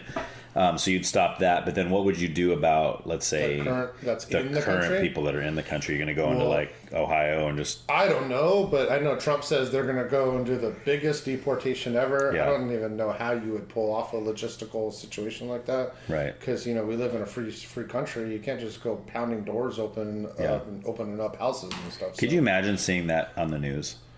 Like the hysteria that would sweep over the country if you're just watching this Gestapo just go door to door, dragging people out by their hair and throwing them in cars and big buses and just shipping them off. It's like, dude. But we do have a really weird system where people are illegal immigrants and they have driver's licenses. Yes. And they have jobs and they are known and they have addresses. And then there's even some communities where there's like shelters or big areas where they live. Right. So I think it wouldn't be too difficult to round up a lot of the, I guess, illegal, if that sounds right, or illegal immigrants that are in our system with like a driver's license and stuff. Right. But man, I mean, actually thinking about that, kind of going off, I have a friend when I lived in LA that worked for me, and he's technically an illegal immigrant, but he's a hard worker, and he's been here for like 20 years. Dude, they're some of the hardest workers ever. And he has a job. Taxes come out of his paycheck. He has a driver's license. He lives in a home. He has a family. He takes care of himself, but he's not a legal immigrant, and technically he can be deported. And his thing is, you got to go back, and then you got to wait a year and do all this stuff. But his life is here. He hasn't even been in Mexico, so I feel for people like that. For sure. For sure. I think that's the biggest problem to address, I think. I almost feel like that if I was being asked the question I just asked you a minute ago, I would say, like you did, the first thing is to go to the source and really stop it to the biggest, to the biggest extent we could. And then part of me is and then whoever's already over here, just leave them here. Yeah, probably. Or let them go through some kind of process while still here. So they're documented, so we know, get some stuff, that kind of thing. But here, not make them uproot their whole lives and send the dad back to Mexico or whatever while their family's still stuck here and all that. That's just a big mess. Yeah. And I think that's going to cause a lot of heartache and all that. I mean, I'm not saying that what happened was good, because if somebody came over here illegally, that's illegal. That's not okay. Yeah. But like you said, I'm feeling for the person who's been here for 20 years, who's gotten married and has children and that he's watched grow up, and they're all this, he's working and he's contributing to the country in a lot of good ways. Just to be like, sorry, man, you're out of here. After 20 years, you've developed a life. You just got it. It's even though it sounds like the right thing to do, it also sounds like the wrong thing to do at the same time. Supposedly, it's millions of people that are illegally across the border. Yeah. I mean, if you set up pop-up tents in every city and county, federally funded, and you told the population, I want you to come take a citizen test like any person would have to do to become a citizen. I think they have to take a test of which is kind of weird too. It's all another topic. Some of these people that want to become citizens, they have to take this test and answer questions that probably most U.S. citizens. Well, that's what I was going to say. That's what I was going to say. The way we make space is we make the 20-somethings take that same test, and if they don't pass, we ship them off somewhere, and then we keep the immigrants that are coming over that know that test better than our own people. Absolutely, but I think there still needs to be some test of some sorts of what United States is and was, because if you want to be a citizen of a country, I think you should have an understanding of it. Yes. Correct. If I'm going to go be a citizen of Mexico, I'm going to understand their culture. I'm going to understand what's culturally acceptable, what's not, where it came from, and be a citizen. You're injected in that culture. So, what if you popped up these pop-up tents and then like you just assured these illegal immigrants they could come and fill out this test or whatever? I don't know. I'm kind of really oversimplifying this. Right. And we'll look at your criminal record. We'll look at this. We'll look at that. You fill out the application and then come up with a streamlined process to get them, instituted in the system. I don't know. Yeah. It's a very challenging situation, I think. Yeah. Only because of the state that we find ourselves in, because of what's already been done wrongly, right? Yeah. So now we're in this predicament where it's like, okay, we have this problem that needs to be addressed, but there's all these lives involved in the fixing of that problem, and that's where it becomes dicey. Yeah. It's one thing to say, like we were just saying, like, okay, let's put up the wall or whatever, say, okay, you can't come in here, and prevent that from happening. Of course, is that going to have an impact on people's lives? Of course it is. Sure. Because they're going to be stuck in a country that sucks in a lot of ways, and they're trying to. That's why they're trying to come over here. It's better for them, Yeah, but there's got to be a process. There's Correct. Got to be a system. Right. Yes, exactly. And that's right. So I'm with you on that for sure. So how about the economy? Your second job is to fix the economy. Where do you start? President Jimmy Wall is going to fix the economy for us. Well, I think that's super challenging because there's so many factors that play into the economy. I think that President Trump, if elected, would have good stuff because he's running lots of businesses. He understands finance and money and those types of things. But if President Jimmy was president, I do believe that there needs to be manufacturing in the United States. I do believe that things need to come back to the U.S. Yeah. But then, like me, when I go onto Amazon and I'm going to order something and it's $12 versus a thing that's $100 that's made in the U.S., it's like I'm doing that thing in my head where it's like, okay, the value of that $12 item, I'm going to buy it, but it's coming from China. Right. I'm not like thinking all this detail while I'm doing it, but it is going through my mind, maybe subconsciously. Yeah. Like it's worth it to me to buy that $12 item rather than spend $100, even though it's coming from China. But yet, the $100 item is made in the U.S., supporting U.S. families, supporting the U.S. economy, and I buy that $12 item that came from China. So I think there is a lot to do with controlling the commerce of the world coming in and out through tariffs. Right. I don't know what the exact answer to that is. I've always been kind of a believer that, how I think Michelle Obama was known for this, but putting like health labels on food and stuff that are very prominent on like the calories and the content and if it's good for you or not. Mm-hmm. Like, why couldn't we pass a law or do something that like anything that was made in America was more prominent on the product? I think if we got a big Made in America sticker I don't on know, it. something, and some companies do that by choice because they want you to have that. But like, what if we had more of a buying decision and we knew it was made in America or not? I believe people would buy more stuff made in America if they knew it was made in America. Right. They're still going to do that value, like I said, $12 versus $100. Sure. But then the more you can get stuff made in America, and the way economy and economics work, is you get more people producing it in the supply, and the cost will come down. Yeah. So I don't know that I have the right answer for the economy, but I know that tariffs, controlling what comes in and what goes out, it would be an important part. I'm not a believer in raising taxes. Okay. I'm a believer in generating business and economy that then produces more taxes. Okay. So if you open up 100 new businesses and you create 1,000 new jobs, well, taxes come out of that because when they sell something, it gets taxed. Yeah. Right? Rather than just raising the tax. Mm-hmm. Raising the tax just takes more money out of your paycheck. Right. That's my. And it makes people grumpy.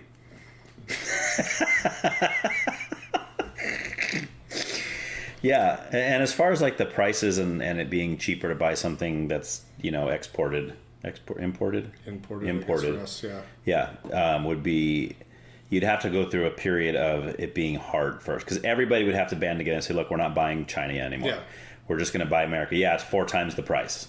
Yeah. But if we do that for a while, eventually the prices are going to come down in America because we're going to have to not be outsourcing and all that. That's where tariffs help, because if you put tariffs on, say, China, and it's not just China, we're using that as an example, because that's, I think, probably where most of our goods come from. Right. But any country, putting tariffs on it to where their price comes in, it's not super low. Mm-hmm. And they have to charge higher. Right. Yeah. Oh. Yeah. You hear that China's got like the super cheapest electric cars out there right now. but they're not economical for the U.S. because the tariffs are so high that once they come in, they're not going to be as cheap. Yeah.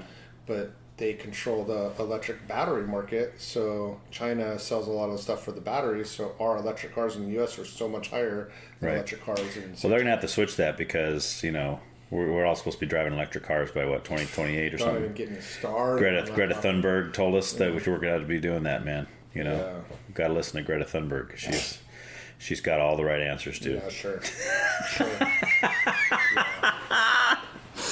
All right, man. I like capitalism, and I think that we have a good system in place, but it's not perfect, and it's always going to be a challenge. It doesn't have to be perfect. Yeah. Well, nothing's perfect. It just has to be better than the alternative. There you go. You know? Yeah. Yeah, just like me. I look in the mirror every day and say, you know what, Ryan? You don't have to be perfect. Just be better than the alternative. There you go. You know? All right, man. Spiritual talk time. You need a break, or you good to go? Okay. Okay. All right. Let's jump in, man. So you kind of told me a little bit about your. We kind of been dancing around kind of your testimony and how you came to the Lord and that kind of thing. But I mean, was there like a major thing that happened in your life that caused that, or was it just Hala getting, kind of following the Lord and then you seeing that and being like, okay, her influence in my life is kind of the big factor? Yeah, so kind of combination of both. So I pretty much grew up an atheist. Okay. Wow. Yeah, an atheist. Okay. Atheist. Right. I would consider myself an atheist, and I thought organized religion. I wasn't like an activist atheist. I would just be an atheist. Like if someone asked me, do you believe in God? Like, no, that's silly. Yeah. And we came from apes, and all these different things. Right. So growing up, that was basically my stance: either an atheist or just not even really thinking about any of it. Mm-hmm. When my wife. But I also conducted myself. This is part of my testimony too. I've also conducted myself as what I felt like being a very moral person and being good to society. Except for those years that was really bad when I was younger and I was into drugs and all that stuff. But like, get past that. Yeah. Did you see it as morally wrong when you were involved in that? No, not at all. Okay. I was too young. I was too naive and too I was just And then when you take drugs and stuff, that doesn't help your thinking at all. No? No, not at all. No. Oh. You calling those people liars that say that you're supposed to the drugs help you? Well, I guess it might help your thinking and thinking about things differently. Yeah. It didn't give me clarity of understanding. Gotcha. So anyway, so past that, like I always lived my life like with like what I felt, I'll say like as a good person. Mm-hmm. I'm a good person. I mean, that definition to me is I work, I take care of my family, I'm married, I go to work, I come back, I'm not gambling our money, I'm not, at the bar being drunk, I'm not doing drugs, like I provide a paycheck, we got food, we got healthy food, I'm there for my kids, I go to their school events, like I'm a good person, right? To society and to my family. And so when my wife and I were married, I'm a good person, I'm a moral person, my wife gives her life to the Lord, and it kind of tripped me out because my wife started changing. And there was one time my mom was visiting me in Whittier and my wife, and we were driving by, there was like a Trader Joe's, and there was a guy with a sign like, repent or go to hell type thing, one of those guys, and it started a conversation. Between you and Hala? And my mom. Oh, and your mom. Because my mom started going to church with Hala when she'd come down. Oh, okay. And my stance at that point, that my debate was, I'm a good person and you're telling me I'm going to go to hell. Right. I don't accept Jesus. Yes. But yet you're telling me, and this is my question to my wife and my mom at the time, was a child molester can go molest a whole bunch of kids, be in prison for the rest of their life or whatever, and done evil things, and all they have to say is that they believe in Jesus and ask him for forgiveness, and he's going to go to heaven, right? And I'm going to go to hell, right? And I couldn't get past that. Yeah. And that was my It's a hard one. Yeah, extremely hard for me. So, it was like, no, I don't want a God like that. I don't want to accept a God like that is going to send the child molester to heaven and send me to hell. Right. So that took a while for me to reconcile that.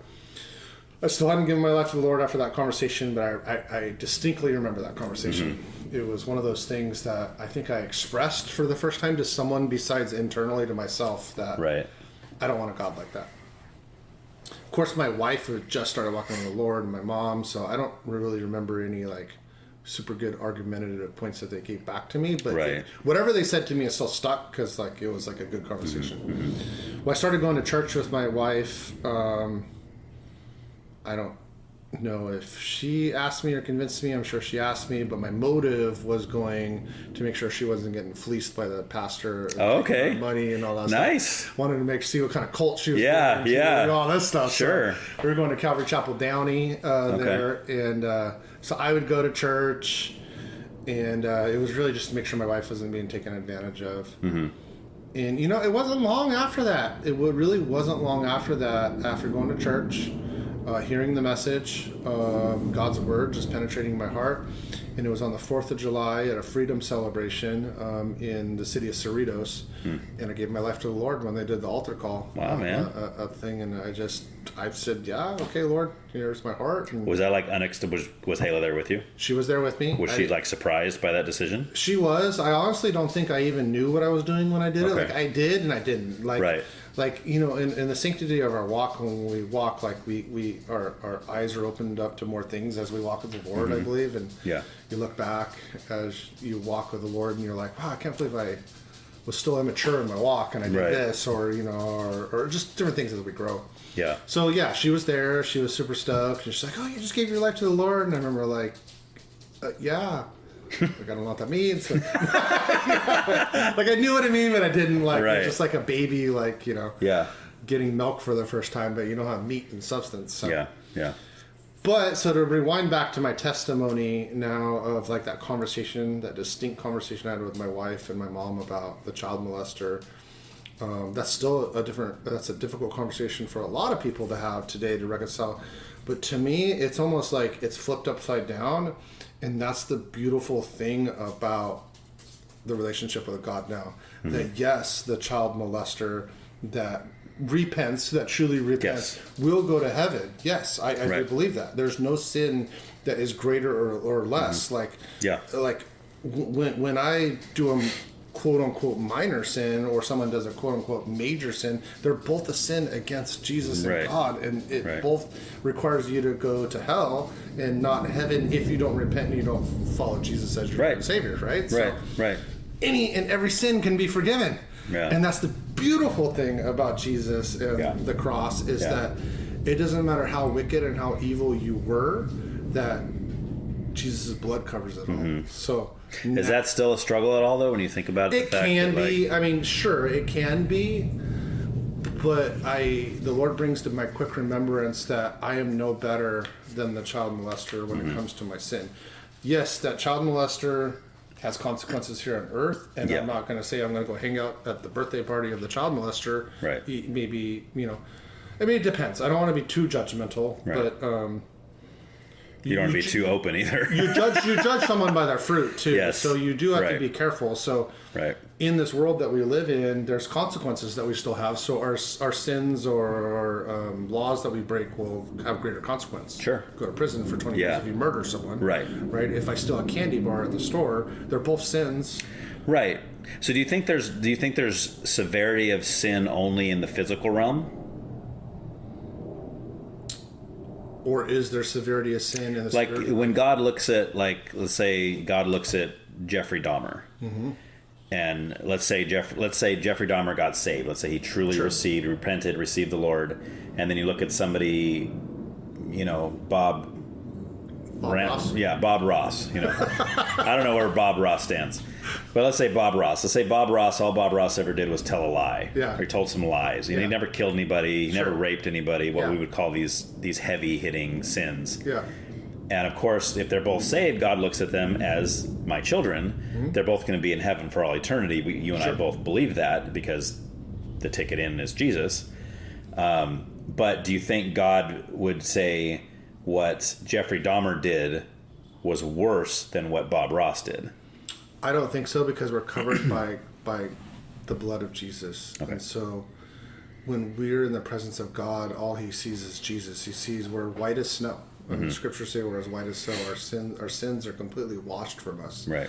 Now, I do know that scripture says that we have certain crowns or gifts or things that we receive when we go to heaven based on our works that we do. Dude, that's one of the hardest parts of scripture for me to understand. Yeah. I do not understand that at all. Yeah, I don't fully comprehend it as well, but I think in the simplest form, I do realize that our works will be tested by fire, and the things that we don't do for the Lord are just going to be burned up, and the things for the Lord will be for the Lord. And I think that the Lord gives us certain gifts as well and bestows on us that we use. So, right. But I think that's more on how we use the gifts. So I think of the scripture where the businessman gives each like a coin or some coins and stuff, and one like hides it away and does nothing, and one loses it all, and one makes plenty of it and stuff. And really, you would think the one that just saved it, and then he like reprimanded him, and he's like, "What? You didn't invest my money." It's like, so the things that we're given, much as how's that go? Much is demanded, much is expected or received. Right. So. I think that's the sense of how God will look at us, is like, what did you do with the gifts that I gave you and the opportunities? I don't see any scripture that says we're going to go before God and he's going to be like, well, Jeffrey, Dahmer, you did this and you did that, and you're barely coming in. Just right. You better go before I change my mind. Right. Like I'm not seeing that, and I think we're using Jeffrey Dahmer as an example. Yes, we are. Christian, or I don't know. Well, the story is supposedly he did. Oh, really? Okay. Receive. Right. Well, I mean, who knows for sure until we get there and see him. Yeah. But this is something that Pastor Connor had brought up in a sermon too. Okay. He was talking about how there's a lot of Christians that are angry about that. Yeah. Or they say, well, I don't want to be in a heaven that Jeffrey Dahmer's in. See, and that's where I was at before I gave my life to the Lord, and that's where I say it's flipped upside down, and that's the beautiful thing about what we accept, is that it is truly all sin is damaging in any level of sin. Right. And it all separates us from God. I think that distinction is obvious. And that's why somebody who is a serial killer, if he's not repentant, he's going to not be in heaven, because of his sin is separated from God, in the same way that somebody who told a lie, his sin is also separating from God, and they both need the same solution to that separation from God, which is Christ. Yeah. But when we look at it like a human level, like I think about something like when Jesus said, you haven't, or you committed adultery, but if you've so much as thought of a woman with lust, you've committed adultery, spiritual adultery, right? Or in your heart, he says. But that being said, you and I both know that if our wives came to us, and two different scenarios. The first scenario is she comes and she says, "Hey, I got to confess something to you. I cheated on you last night. I was with my coworker and we ended up sleeping together. I'm really sorry." Or the next scenario, she comes and she says, "I'm really sorry. I just want you to know I thought about sleeping with my coworker." Now, you and I both know that we're going to have two completely different responses. I mean, neither one's going to make us happy. Sure. But I would much rather have my wife say she thought about it than she actually did it. Because if she actually did it, that's going to be a lot harder to reconcile. You know what I mean? Well, there's consequence in relationships being damaged, and trust being broken. If my child comes to me and does a heinous act of something, we were talking about this earlier, I might not agree with their lifestyle. I'll still love them and care for them. Right. But if there's something minor, then our relationship's not going to be as damaged. So, I mean, I can see in the human realm, this earthly realm, that, there's greater consequences and there's greater magnitude for our sins. Right. But you think that stays within the physical realm? I do, yeah. So you think like the guy who tells a lie in God's eyes, that causes God just as much sorrow as somebody who rapes little kids or something? Well, I do know that there's the scripture that when it had to talk about little kids, and he said you'd better off with a millstone around your neck. And that's just talking about leading him astray. That's not even talking about sexual assault. So to me, when I look at that scripture, I'm thinking, okay, well, God does look upon that, but I think what we're talking about is the act of doing it. He probably looks at that as a more heinous thing because of that millstone scripture. But I think the forgiveness of the sin is equal across. I don't think you're forgiven less if you're a serial killer, and I'm forgiven more because my sins were more minor. Like, we're both forgiven. We're white as snow. There's not different layers of forgiveness. And it's like I'm right on board with the way you're saying it, and I agree. But then you get a verse like where Jesus said, "Those that are forgiven much love much," and that makes you think, well, what does that mean to be forgiven much versus forgiven less? Unless he just means if the Lord forgives you in any way, shape, or form, you're going to be more loving because you realize, But I think in the context, he was talking about a woman who was caught in a lot of different sins or something, wasn't he? I think what he's saying, I may be wrong on this, but I think what he's saying, those that, what was it? Those that forgive much. Those that have been forgiven much love much. Yeah. That much. I think that the more you realize how bad your sin was and how evil you were and the things that you were, the more compassion you're going to have on people, or the more you're going to basically be able to relate to people and come to people and be able to help them through that or love them through that. Yeah. Rather than being judgmental or legalistic against them. Right. So doesn't mean that we accept what they do. It doesn't mean that it's yes. If you're a gangster murderer and then you give your life to the Lord, you'll find a lot of those people, and I'm just using this as an example, their ministry will usually be ministering to gangsters or drug dealers or things like that. Or like prison ministry. Like a lot of those guys have spent time in prison and then they want to go back and give back to that community. Yeah, so that's the forgiven much, love much. Yeah. That's the way I interpret it at least. So. Yeah. Yeah. Well, hey, if two are in agreement, it's right? Isn't that the way it is? That's the that's the Ron Jimmy moral code, right? Yes. RJ moral code. Well, just like we're both in agreement that square patties taste better than round patties. Yeah, that's right. So that's why Wendy's rocks. That's right. That's right. So what kind of... how am I going to word this?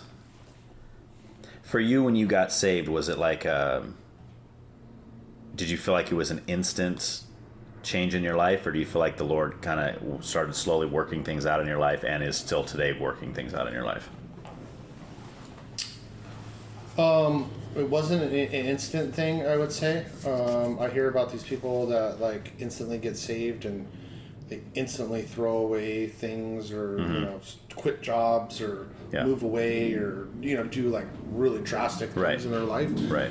I don't think there was anything like that. We talked about I got rid of 90% of my record collection. That was like years after I became maybe not years, but yeah, it was years. It was a couple years after. So nothing was instant for me.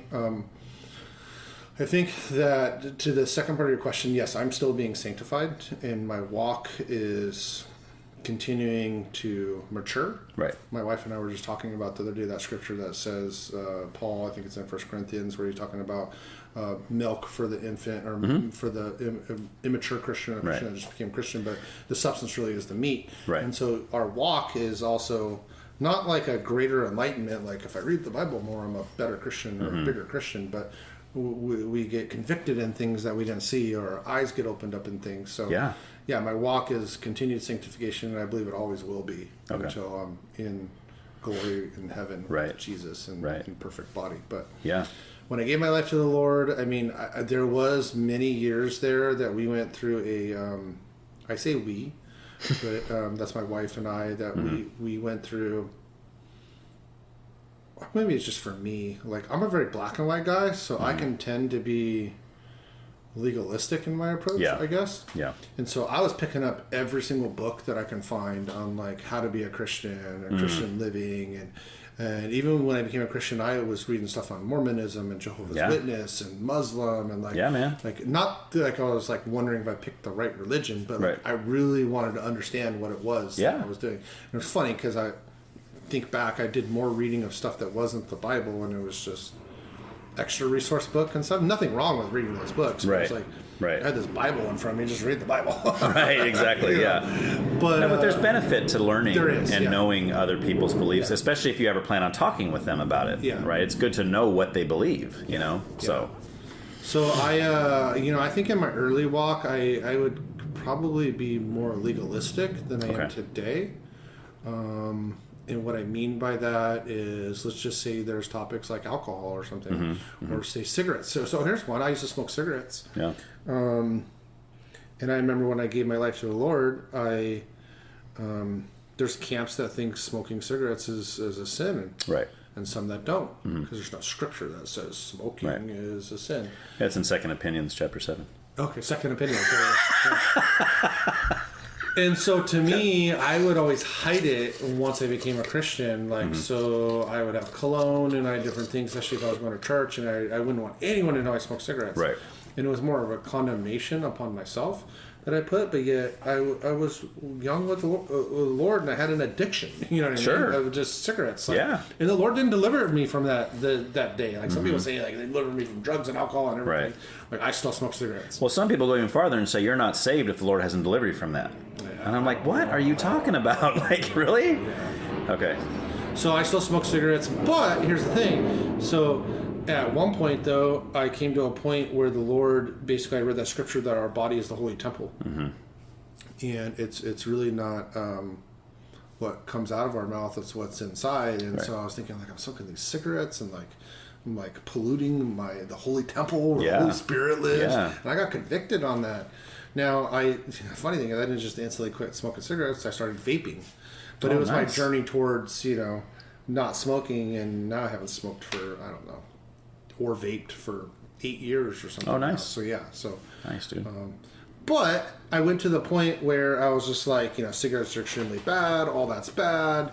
Alcohol's bad. Like Christians don't do that. I kind of went through that kind of stage. Right. Where, in the last few years, I've had a cigar. You know what I mean? Like, I'll have a cigar as just kind of like a one-time thing. Like, so, like, to me, like, I had to go through that refinement to, like, wash myself of what was bad and an addiction. Right. To then come out of that and realize that we have liberties. And there's debate on what we can have liberties with. There is, and I think a better kind of subject with that specifically is alcohol. Alcohol, exactly. Because it's one of those things where obviously Scripture doesn't say anything about not drinking alcohol. I mean, you see the disciples drank wine, alcohol, Jesus drank wine. Like there was nothing, but there's a lot about drunkenness, right? And this is where the debate comes in because people are like, well, what is drunkenness? Do you have to be, stand on the table with your pants off with a lampshade on your head and dancing? I mean, is that you have to be laying on the ground with, like, what does that mean? At what point does drinking become drunkenness? And there's just like this gray area in there. Yeah. And I've had people say, well, it's any time it affects you at all. I'm like, well, dude, that's like for people like me. I mean, that'd be one beer. I mean, because I don't drink. If I had one beer, I'd probably it would affect me in some way. I mean, it wouldn't make me drunk. I mean, like what we would think is drunk, but it would definitely affect me. And then others say, well, no. I mean, drunkenness is when you forget your night, or you lose control of your decisions, or you know what I'm saying. Like there's all these different areas in there that people fall, and it's hard. Yeah, right? for me, it's a little bit clearer in my mind now that I've gone through this legalistic, this kind of gray area side of things. And to me, as long as I'm not stumbling a brother in what I'm doing or sister, so that's one thing that I have to realize. Yes. In any of these liberties that we have. Right.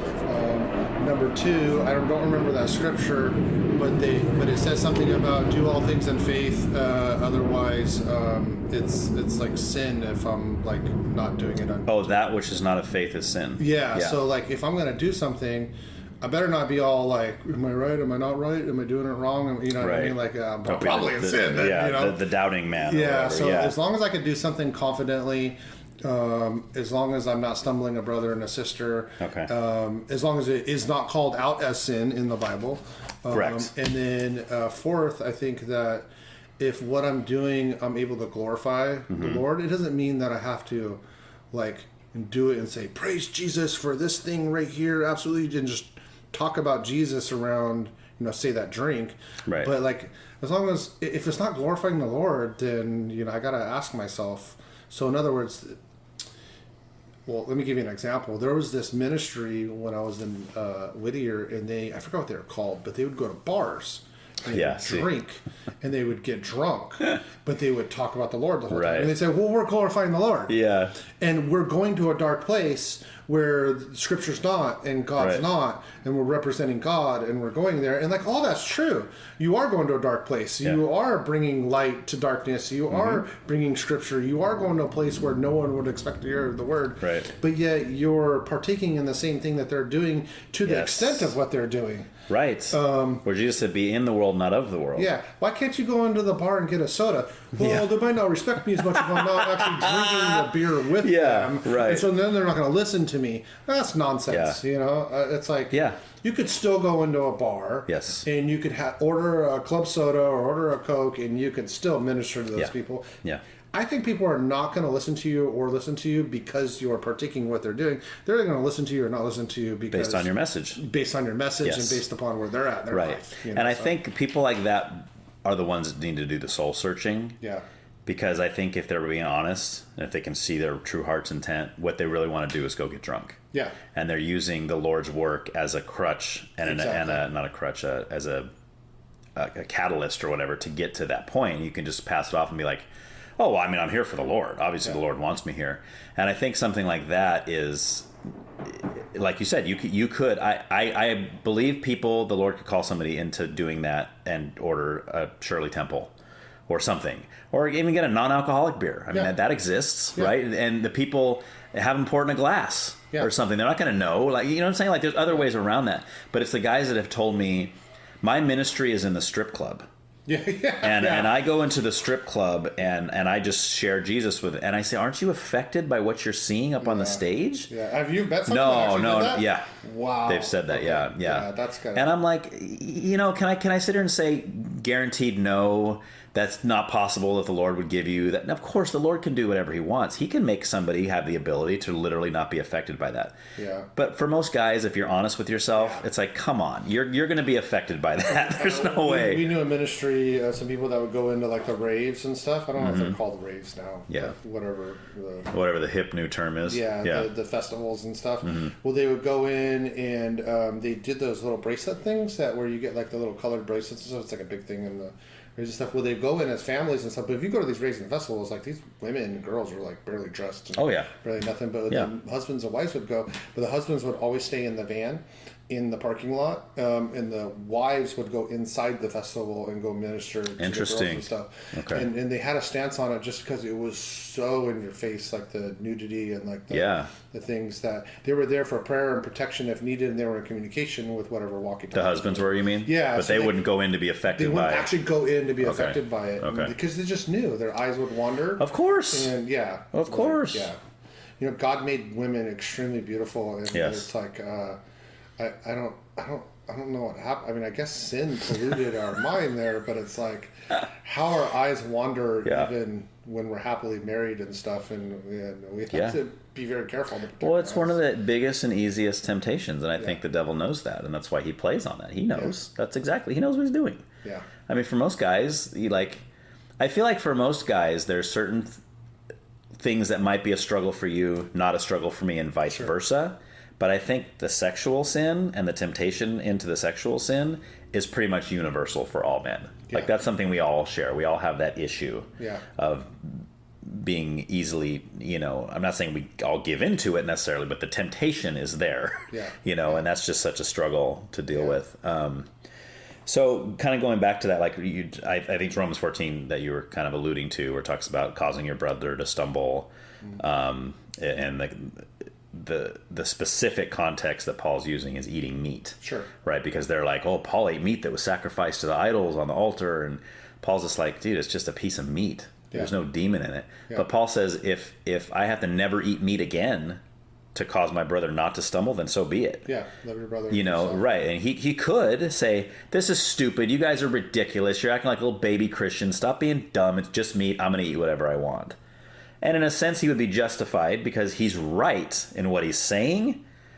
But at the same time, even though these younger Christians are wrong in their viewpoint, he's causing them to spiritually stumble. And that should be the most important thing. Yeah. So when we look at something like drinking a beer, right, which we both already said we agree is not biblically wrong, But like, what situations would you say it's not okay for a Christian to drink a beer, based on Romans 14? Well, I would say if it stumbles your brother or sister. Okay. For sure. So what do you mentioned a minute ago about like faith without not faith that works dead. That which is not of faith is sin. Yeah.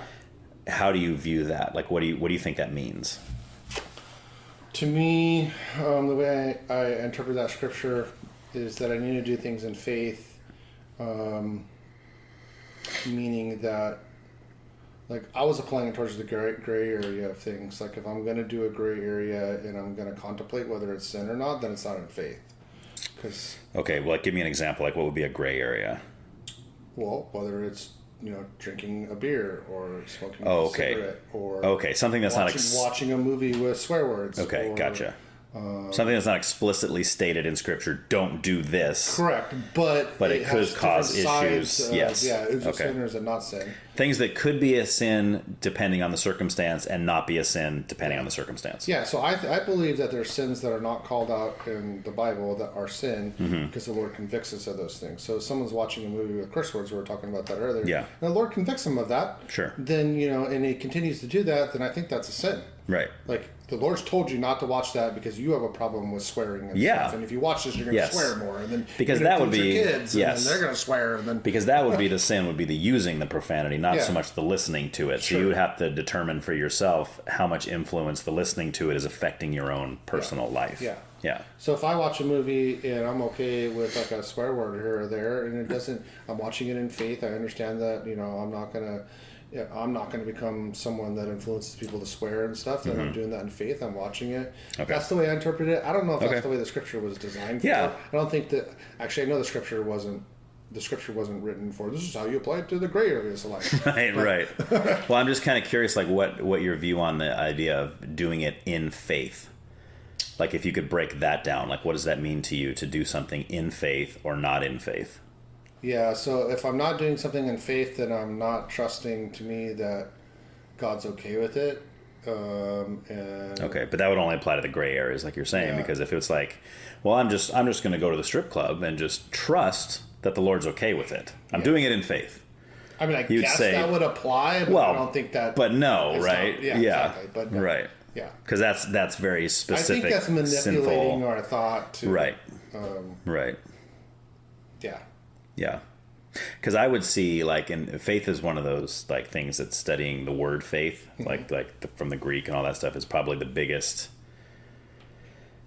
study I've ever done. I mean, and by biggest, I mean, like, the most impactful in my life, because when you kind of break that down, like, what's being taught with the word faith and what it means and how it's applied and all that, it really just paints all of Scripture in a certain light, right? And you realize, like, so to me, like, doing something in faith means doing something that's led by the Lord. Sure. Like, the Lord is literally, because the Greek word for the Greek word for faith means persuasion.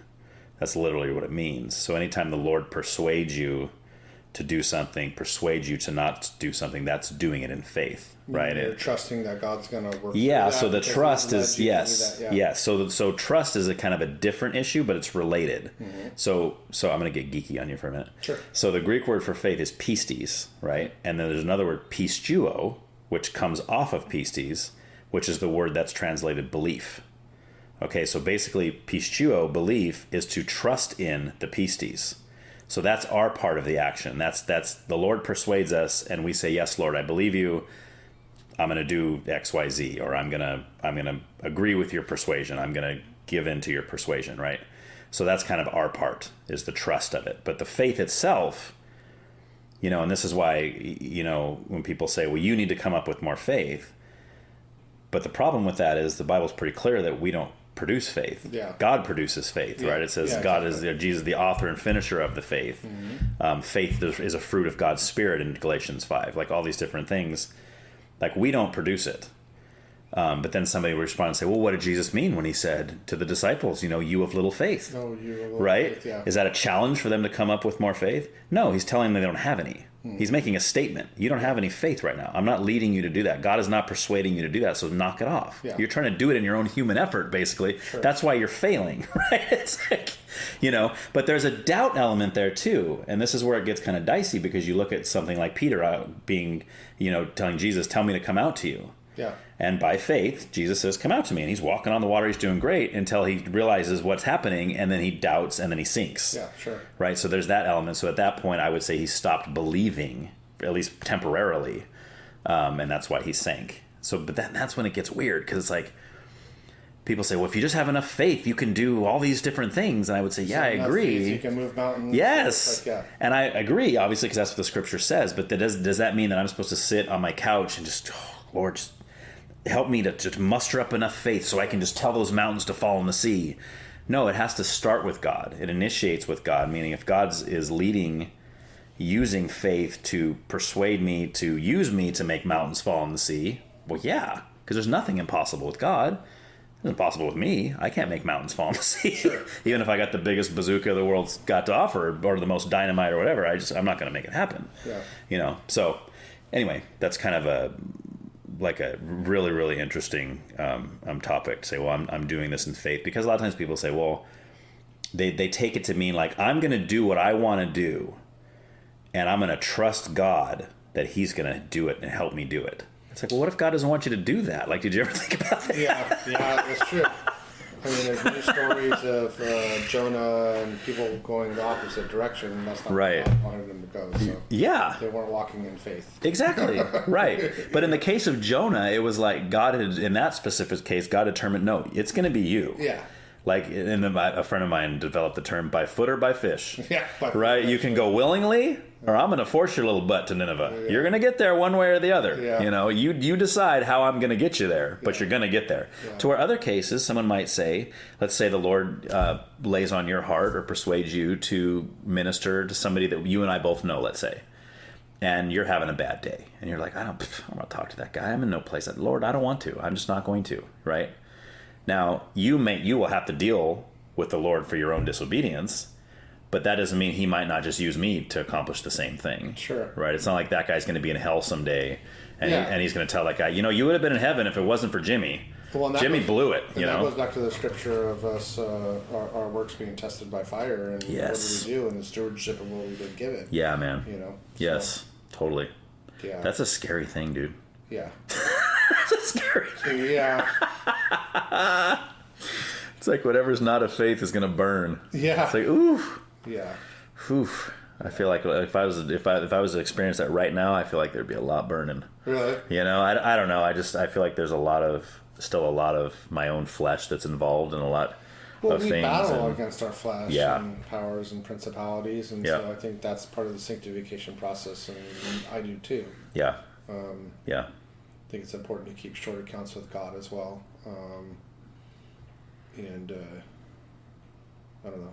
Do shotgun prayer. No, I'm just joking. Yeah. God forgive me for everything that I did wrong yesterday. I don't even remember what it was. Yeah, right. Yeah. I was so drunk. No. All right, man. One last thing, and then we'll get you out of here. And this is something I always do when I always say always. Something I always try to do when I have another believer on the show is that I kind of play devil's advocate. And I'm like, okay, so I'm an atheist. I'm a non-believer. I think you are dumb because you're a Christian. I think you're misguided. You got a stupid belief system. There's no proof. There's no evidence for anything. You just blind faith is all you got. You got nothing. I got evolution and science to back me up, right? I'm this guy. So how do you try to convince me that your belief system is right and mine is not? Do we role play it, or do I just let's do it. I mean, I'll respond in the ways. So what I do is I respond in the ways that I'm responded to when I'm in your position, basically. Okay. Yeah. So we got to start it. Who's going to start? Well, I don't know. Let's just assume that we're friends. Why are you an atheist? Well, see, no, don't turn it on me like that. No. Well, that's what I would do, though. I would ask questions. So you would ask me first why I believe what I believe. Okay. Well, I don't know if I'd ask you first. I don't know if I would initiate the Well, let's assume we're coworkers. Okay. And I know you're a Christian. Okay. And we're eating lunch together, and I say, Jimmy, dude, why do you believe Christianity is true? Okay, so you started. So that's a whole completely different thing. Right? Yeah. So I'm attacking your beliefs. Yeah. And asking you to prove to me. Are you attacking me, or are you just asking me? Let's say I'm just asking you. Okay, right. Let's say I'm not hostile. 'Cause I'm the boss at work, so yeah, no one attacks yeah, me yeah. at work. I'm a good guy. I'm happy. I got my chicken strips and my ranch dressing, Well, those, so I'm, Those, honestly, in my opinion, are like the easiest conversations to have when someone asks, because they're starting it, they're opening it up, they're nice. It seems and more they're open. inquisitive. Yeah, yeah. So Right. I mean, I would just start engaging. Well, I believe in Jesus. I'd probably give my testimony, like, man, it's really hard. I struggled, with the God forgiving someone that is a child molester. The whole testimony I gave earlier. Sure. And I just see where that conversation went. Okay. So let's say you give your testimony, and I would say, well, there's people in the Muslim faith that give a testimony like that. There's people in the Buddhist faith, the Hindu faith. I can find testimonials in every other faith out there. So how are you telling me that yours is the right one and everyone else's is wrong? So my testimony is not the right one. I mean, everyone's got a different testimony. Right. What I'm saying is that there's one true God, and it's Jesus Christ. And in the Bible, he declares that he is the only way to heaven, to the Father, and that there's no other ways. And actually, all these other religions actually contradict each other. Have you ever seen that bumper sticker that says coexist? Oh, yeah. So it's called contradict. Because they actually contradict each other. Well, of course, but they focus on the things that are similar. They all teach love. And it's all this like surface, like mushy-gushy stuff, you know? And there's great things in these other religions. Sure. There really is. Yes. Yeah, you talk about Buddhism and you talk about whatever it might be, Hinduism or Muslims and stuff. And there's some great loving people that are in those religions, but if you really study their teachings and stuff, they actually have some roots of evilness in them and things that are not loving. Or, I don't know if Buddhism is that way, but they're contradictory to one another. Right. And when you really look at them, they don't really actually make sense. Okay. And some people will explain that all ways lead to heaven, but nothing really teaches that. They're all exclusive to what they teach. Well, the Baha'i faith teaches that all roads lead to heaven.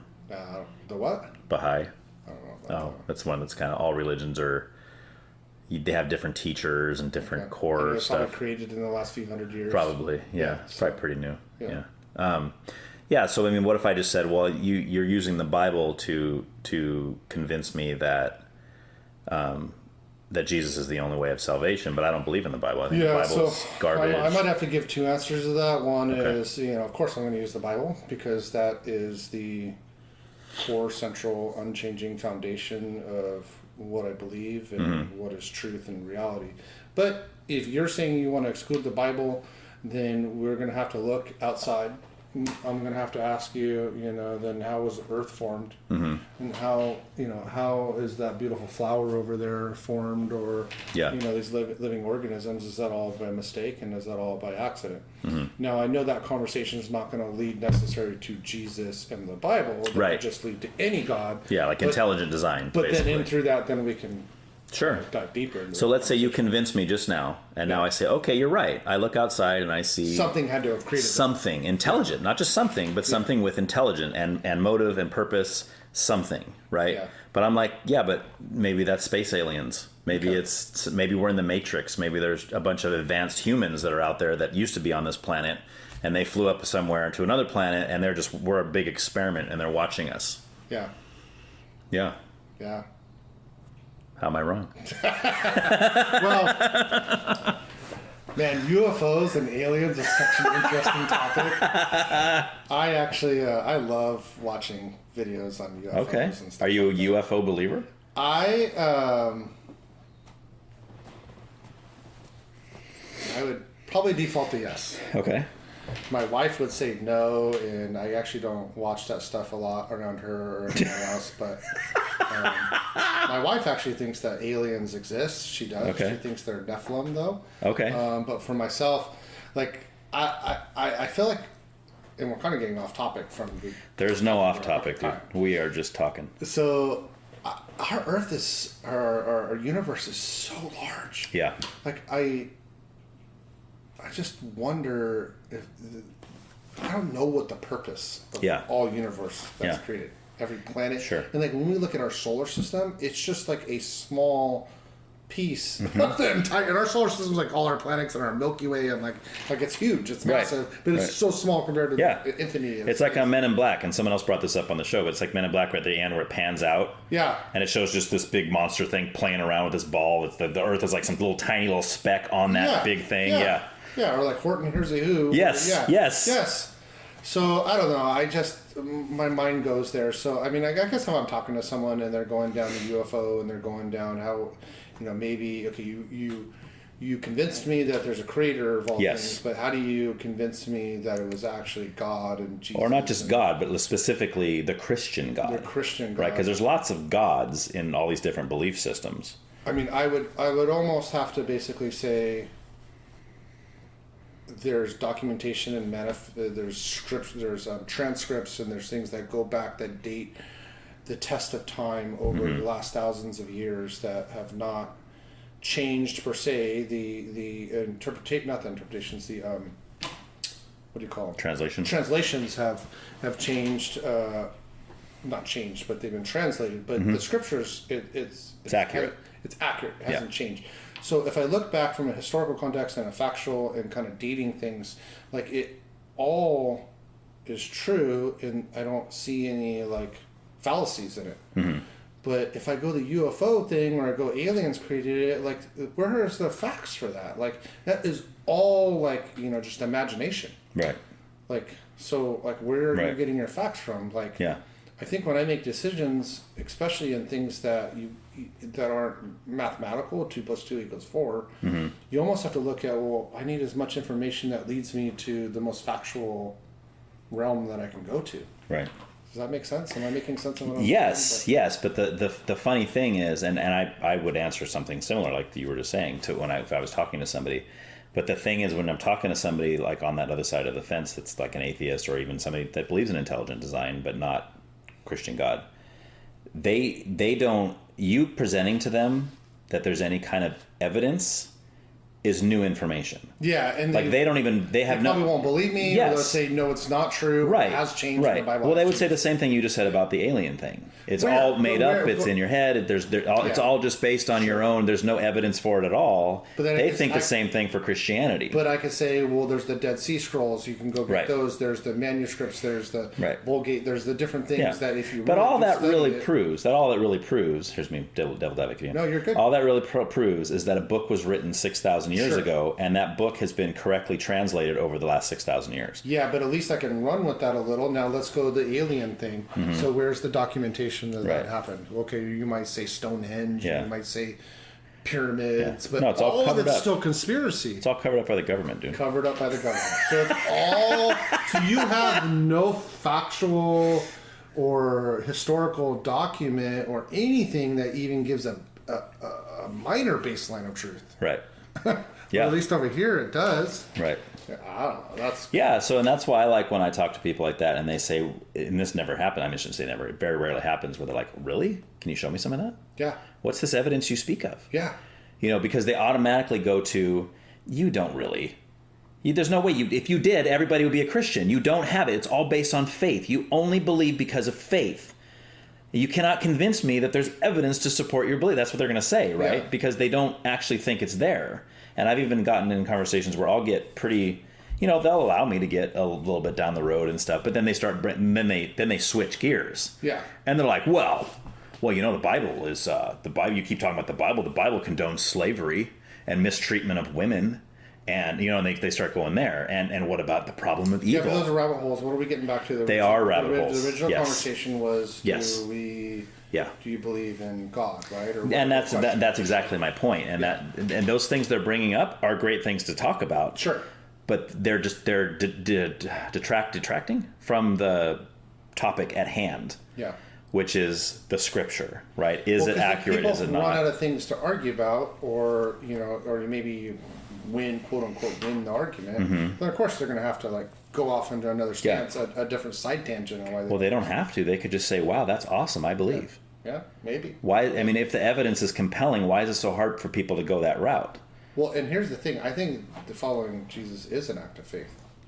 It is, but it's not a blind faith. It's not a blind faith. But Yes. there is faith involved. Of course, right? yes. And the scriptures say that people's eyes are veiled as well. Right. And so there is faith involved. Yeah.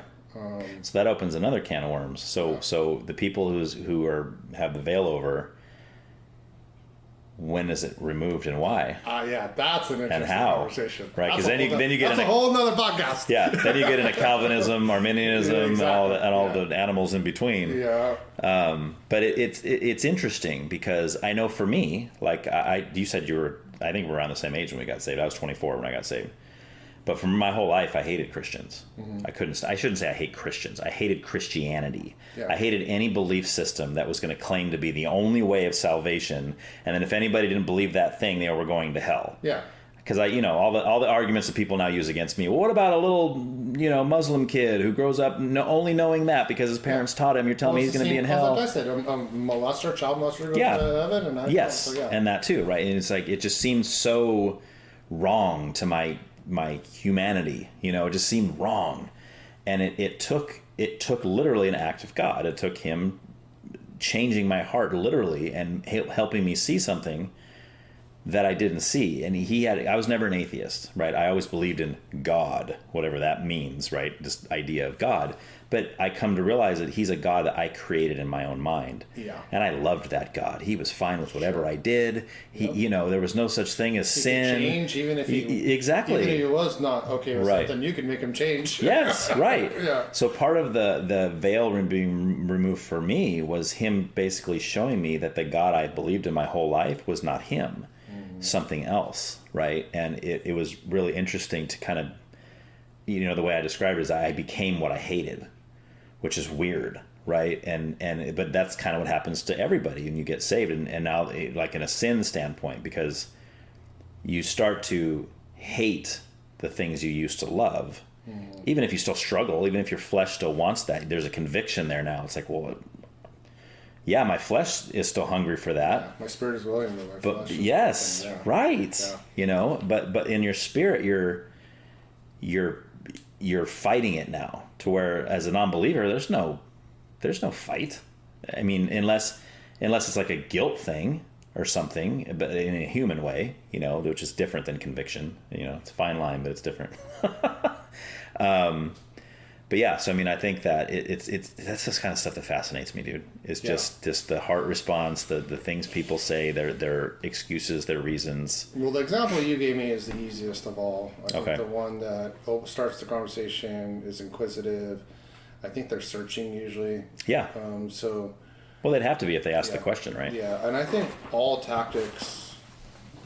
You had a Mario teaching class called Tactics, right? Yeah, I took it. Yeah, you took it. Yeah. Yeah. So I think all Yeah. tactics is asking questions, and we see that Jesus demonstrates asking questions.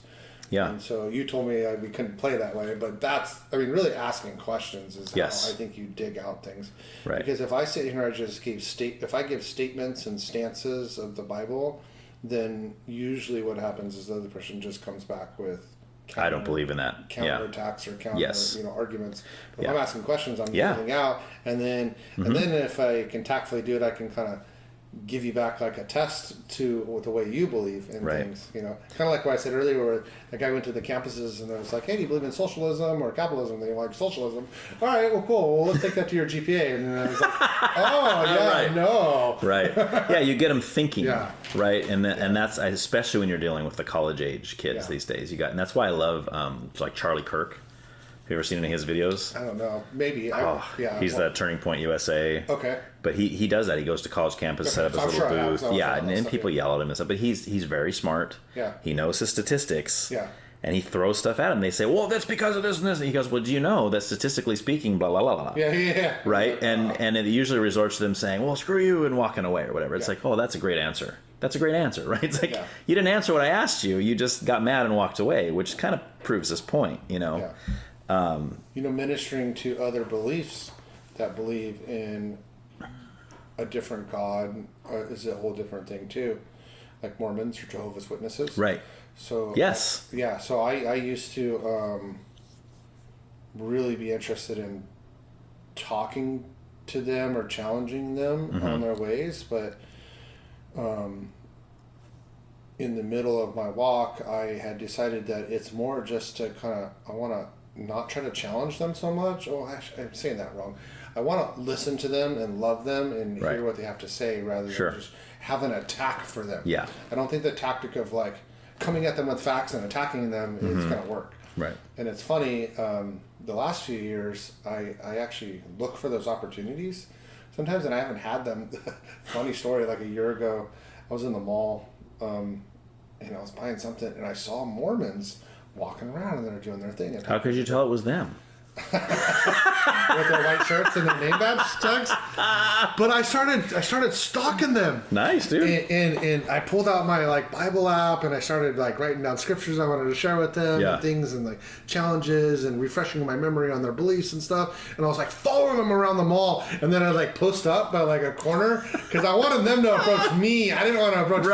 Right. And then I'd stand there and they'd go talk to someone and then they'd walk off and say, man. So then I'd go like stalk them. And I'd like go like wait outside the store, and I never got a chance to like actually. That's awesome. But I think they were scared of you, dude. I think what was happening is my heart wasn't right in what I wanted to do. I think my tactic was like I was trying to pursue them, and I kind of really wanted to like.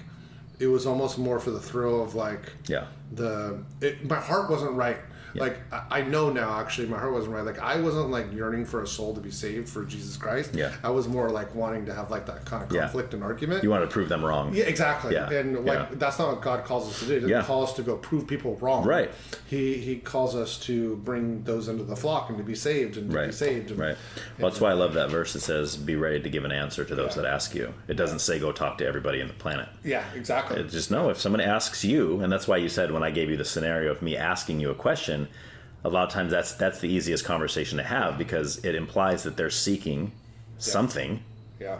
I mean, don't know what, but at first discussing, you don't know what they're seeking. Yeah. Maybe they are seeking to tell you you're stupid. Yeah. But they're asking you a question at least, so that gives you an in, as opposed to walking up and saying, "Hey, repent! Yeah. The kingdom of heaven is." You don't want to be that guy like standing on the street corners, so. And you know, I don't have a lot of experiences evangelizing to people that actually get angry at me and yell at me and curse at me and things like that. I mean, I think if I've ever been in those scenarios, they've actually kind of just walked away from the conversation before it ever got there. I've watched those scenarios like on YouTube and when people go, "Oh yeah." I don't know how I would handle that. Yeah. I think you just have to have a loving heart and realize, like, you know, we plant seeds, someone else might water them, and you know the word falls on stony ground, on soft fertile, on it's just it just depends on where they're at. Yeah, so. And you got it helps too to realize who they're really mad at. Yeah, it's not you. Yeah, Jesus said they hated me first. That's a very good point. They'll hate you if you follow me because they hate me. That's why they hate you, right? And it's like, okay. You know, the most difficult, honestly, for me, I don't know if you relate to this, is sharing with family, like really close family and friends, because I think for me, it's almost like I don't want to offend them, or like I don't want to ruin my relationship with them that we have by getting on a topic that we disagree, and then we ruin what we have. But then that's just like I'm just thinking about myself at that point. Right. I'm not even caring about them anymore. Now I'm just caring about my feelings. Right.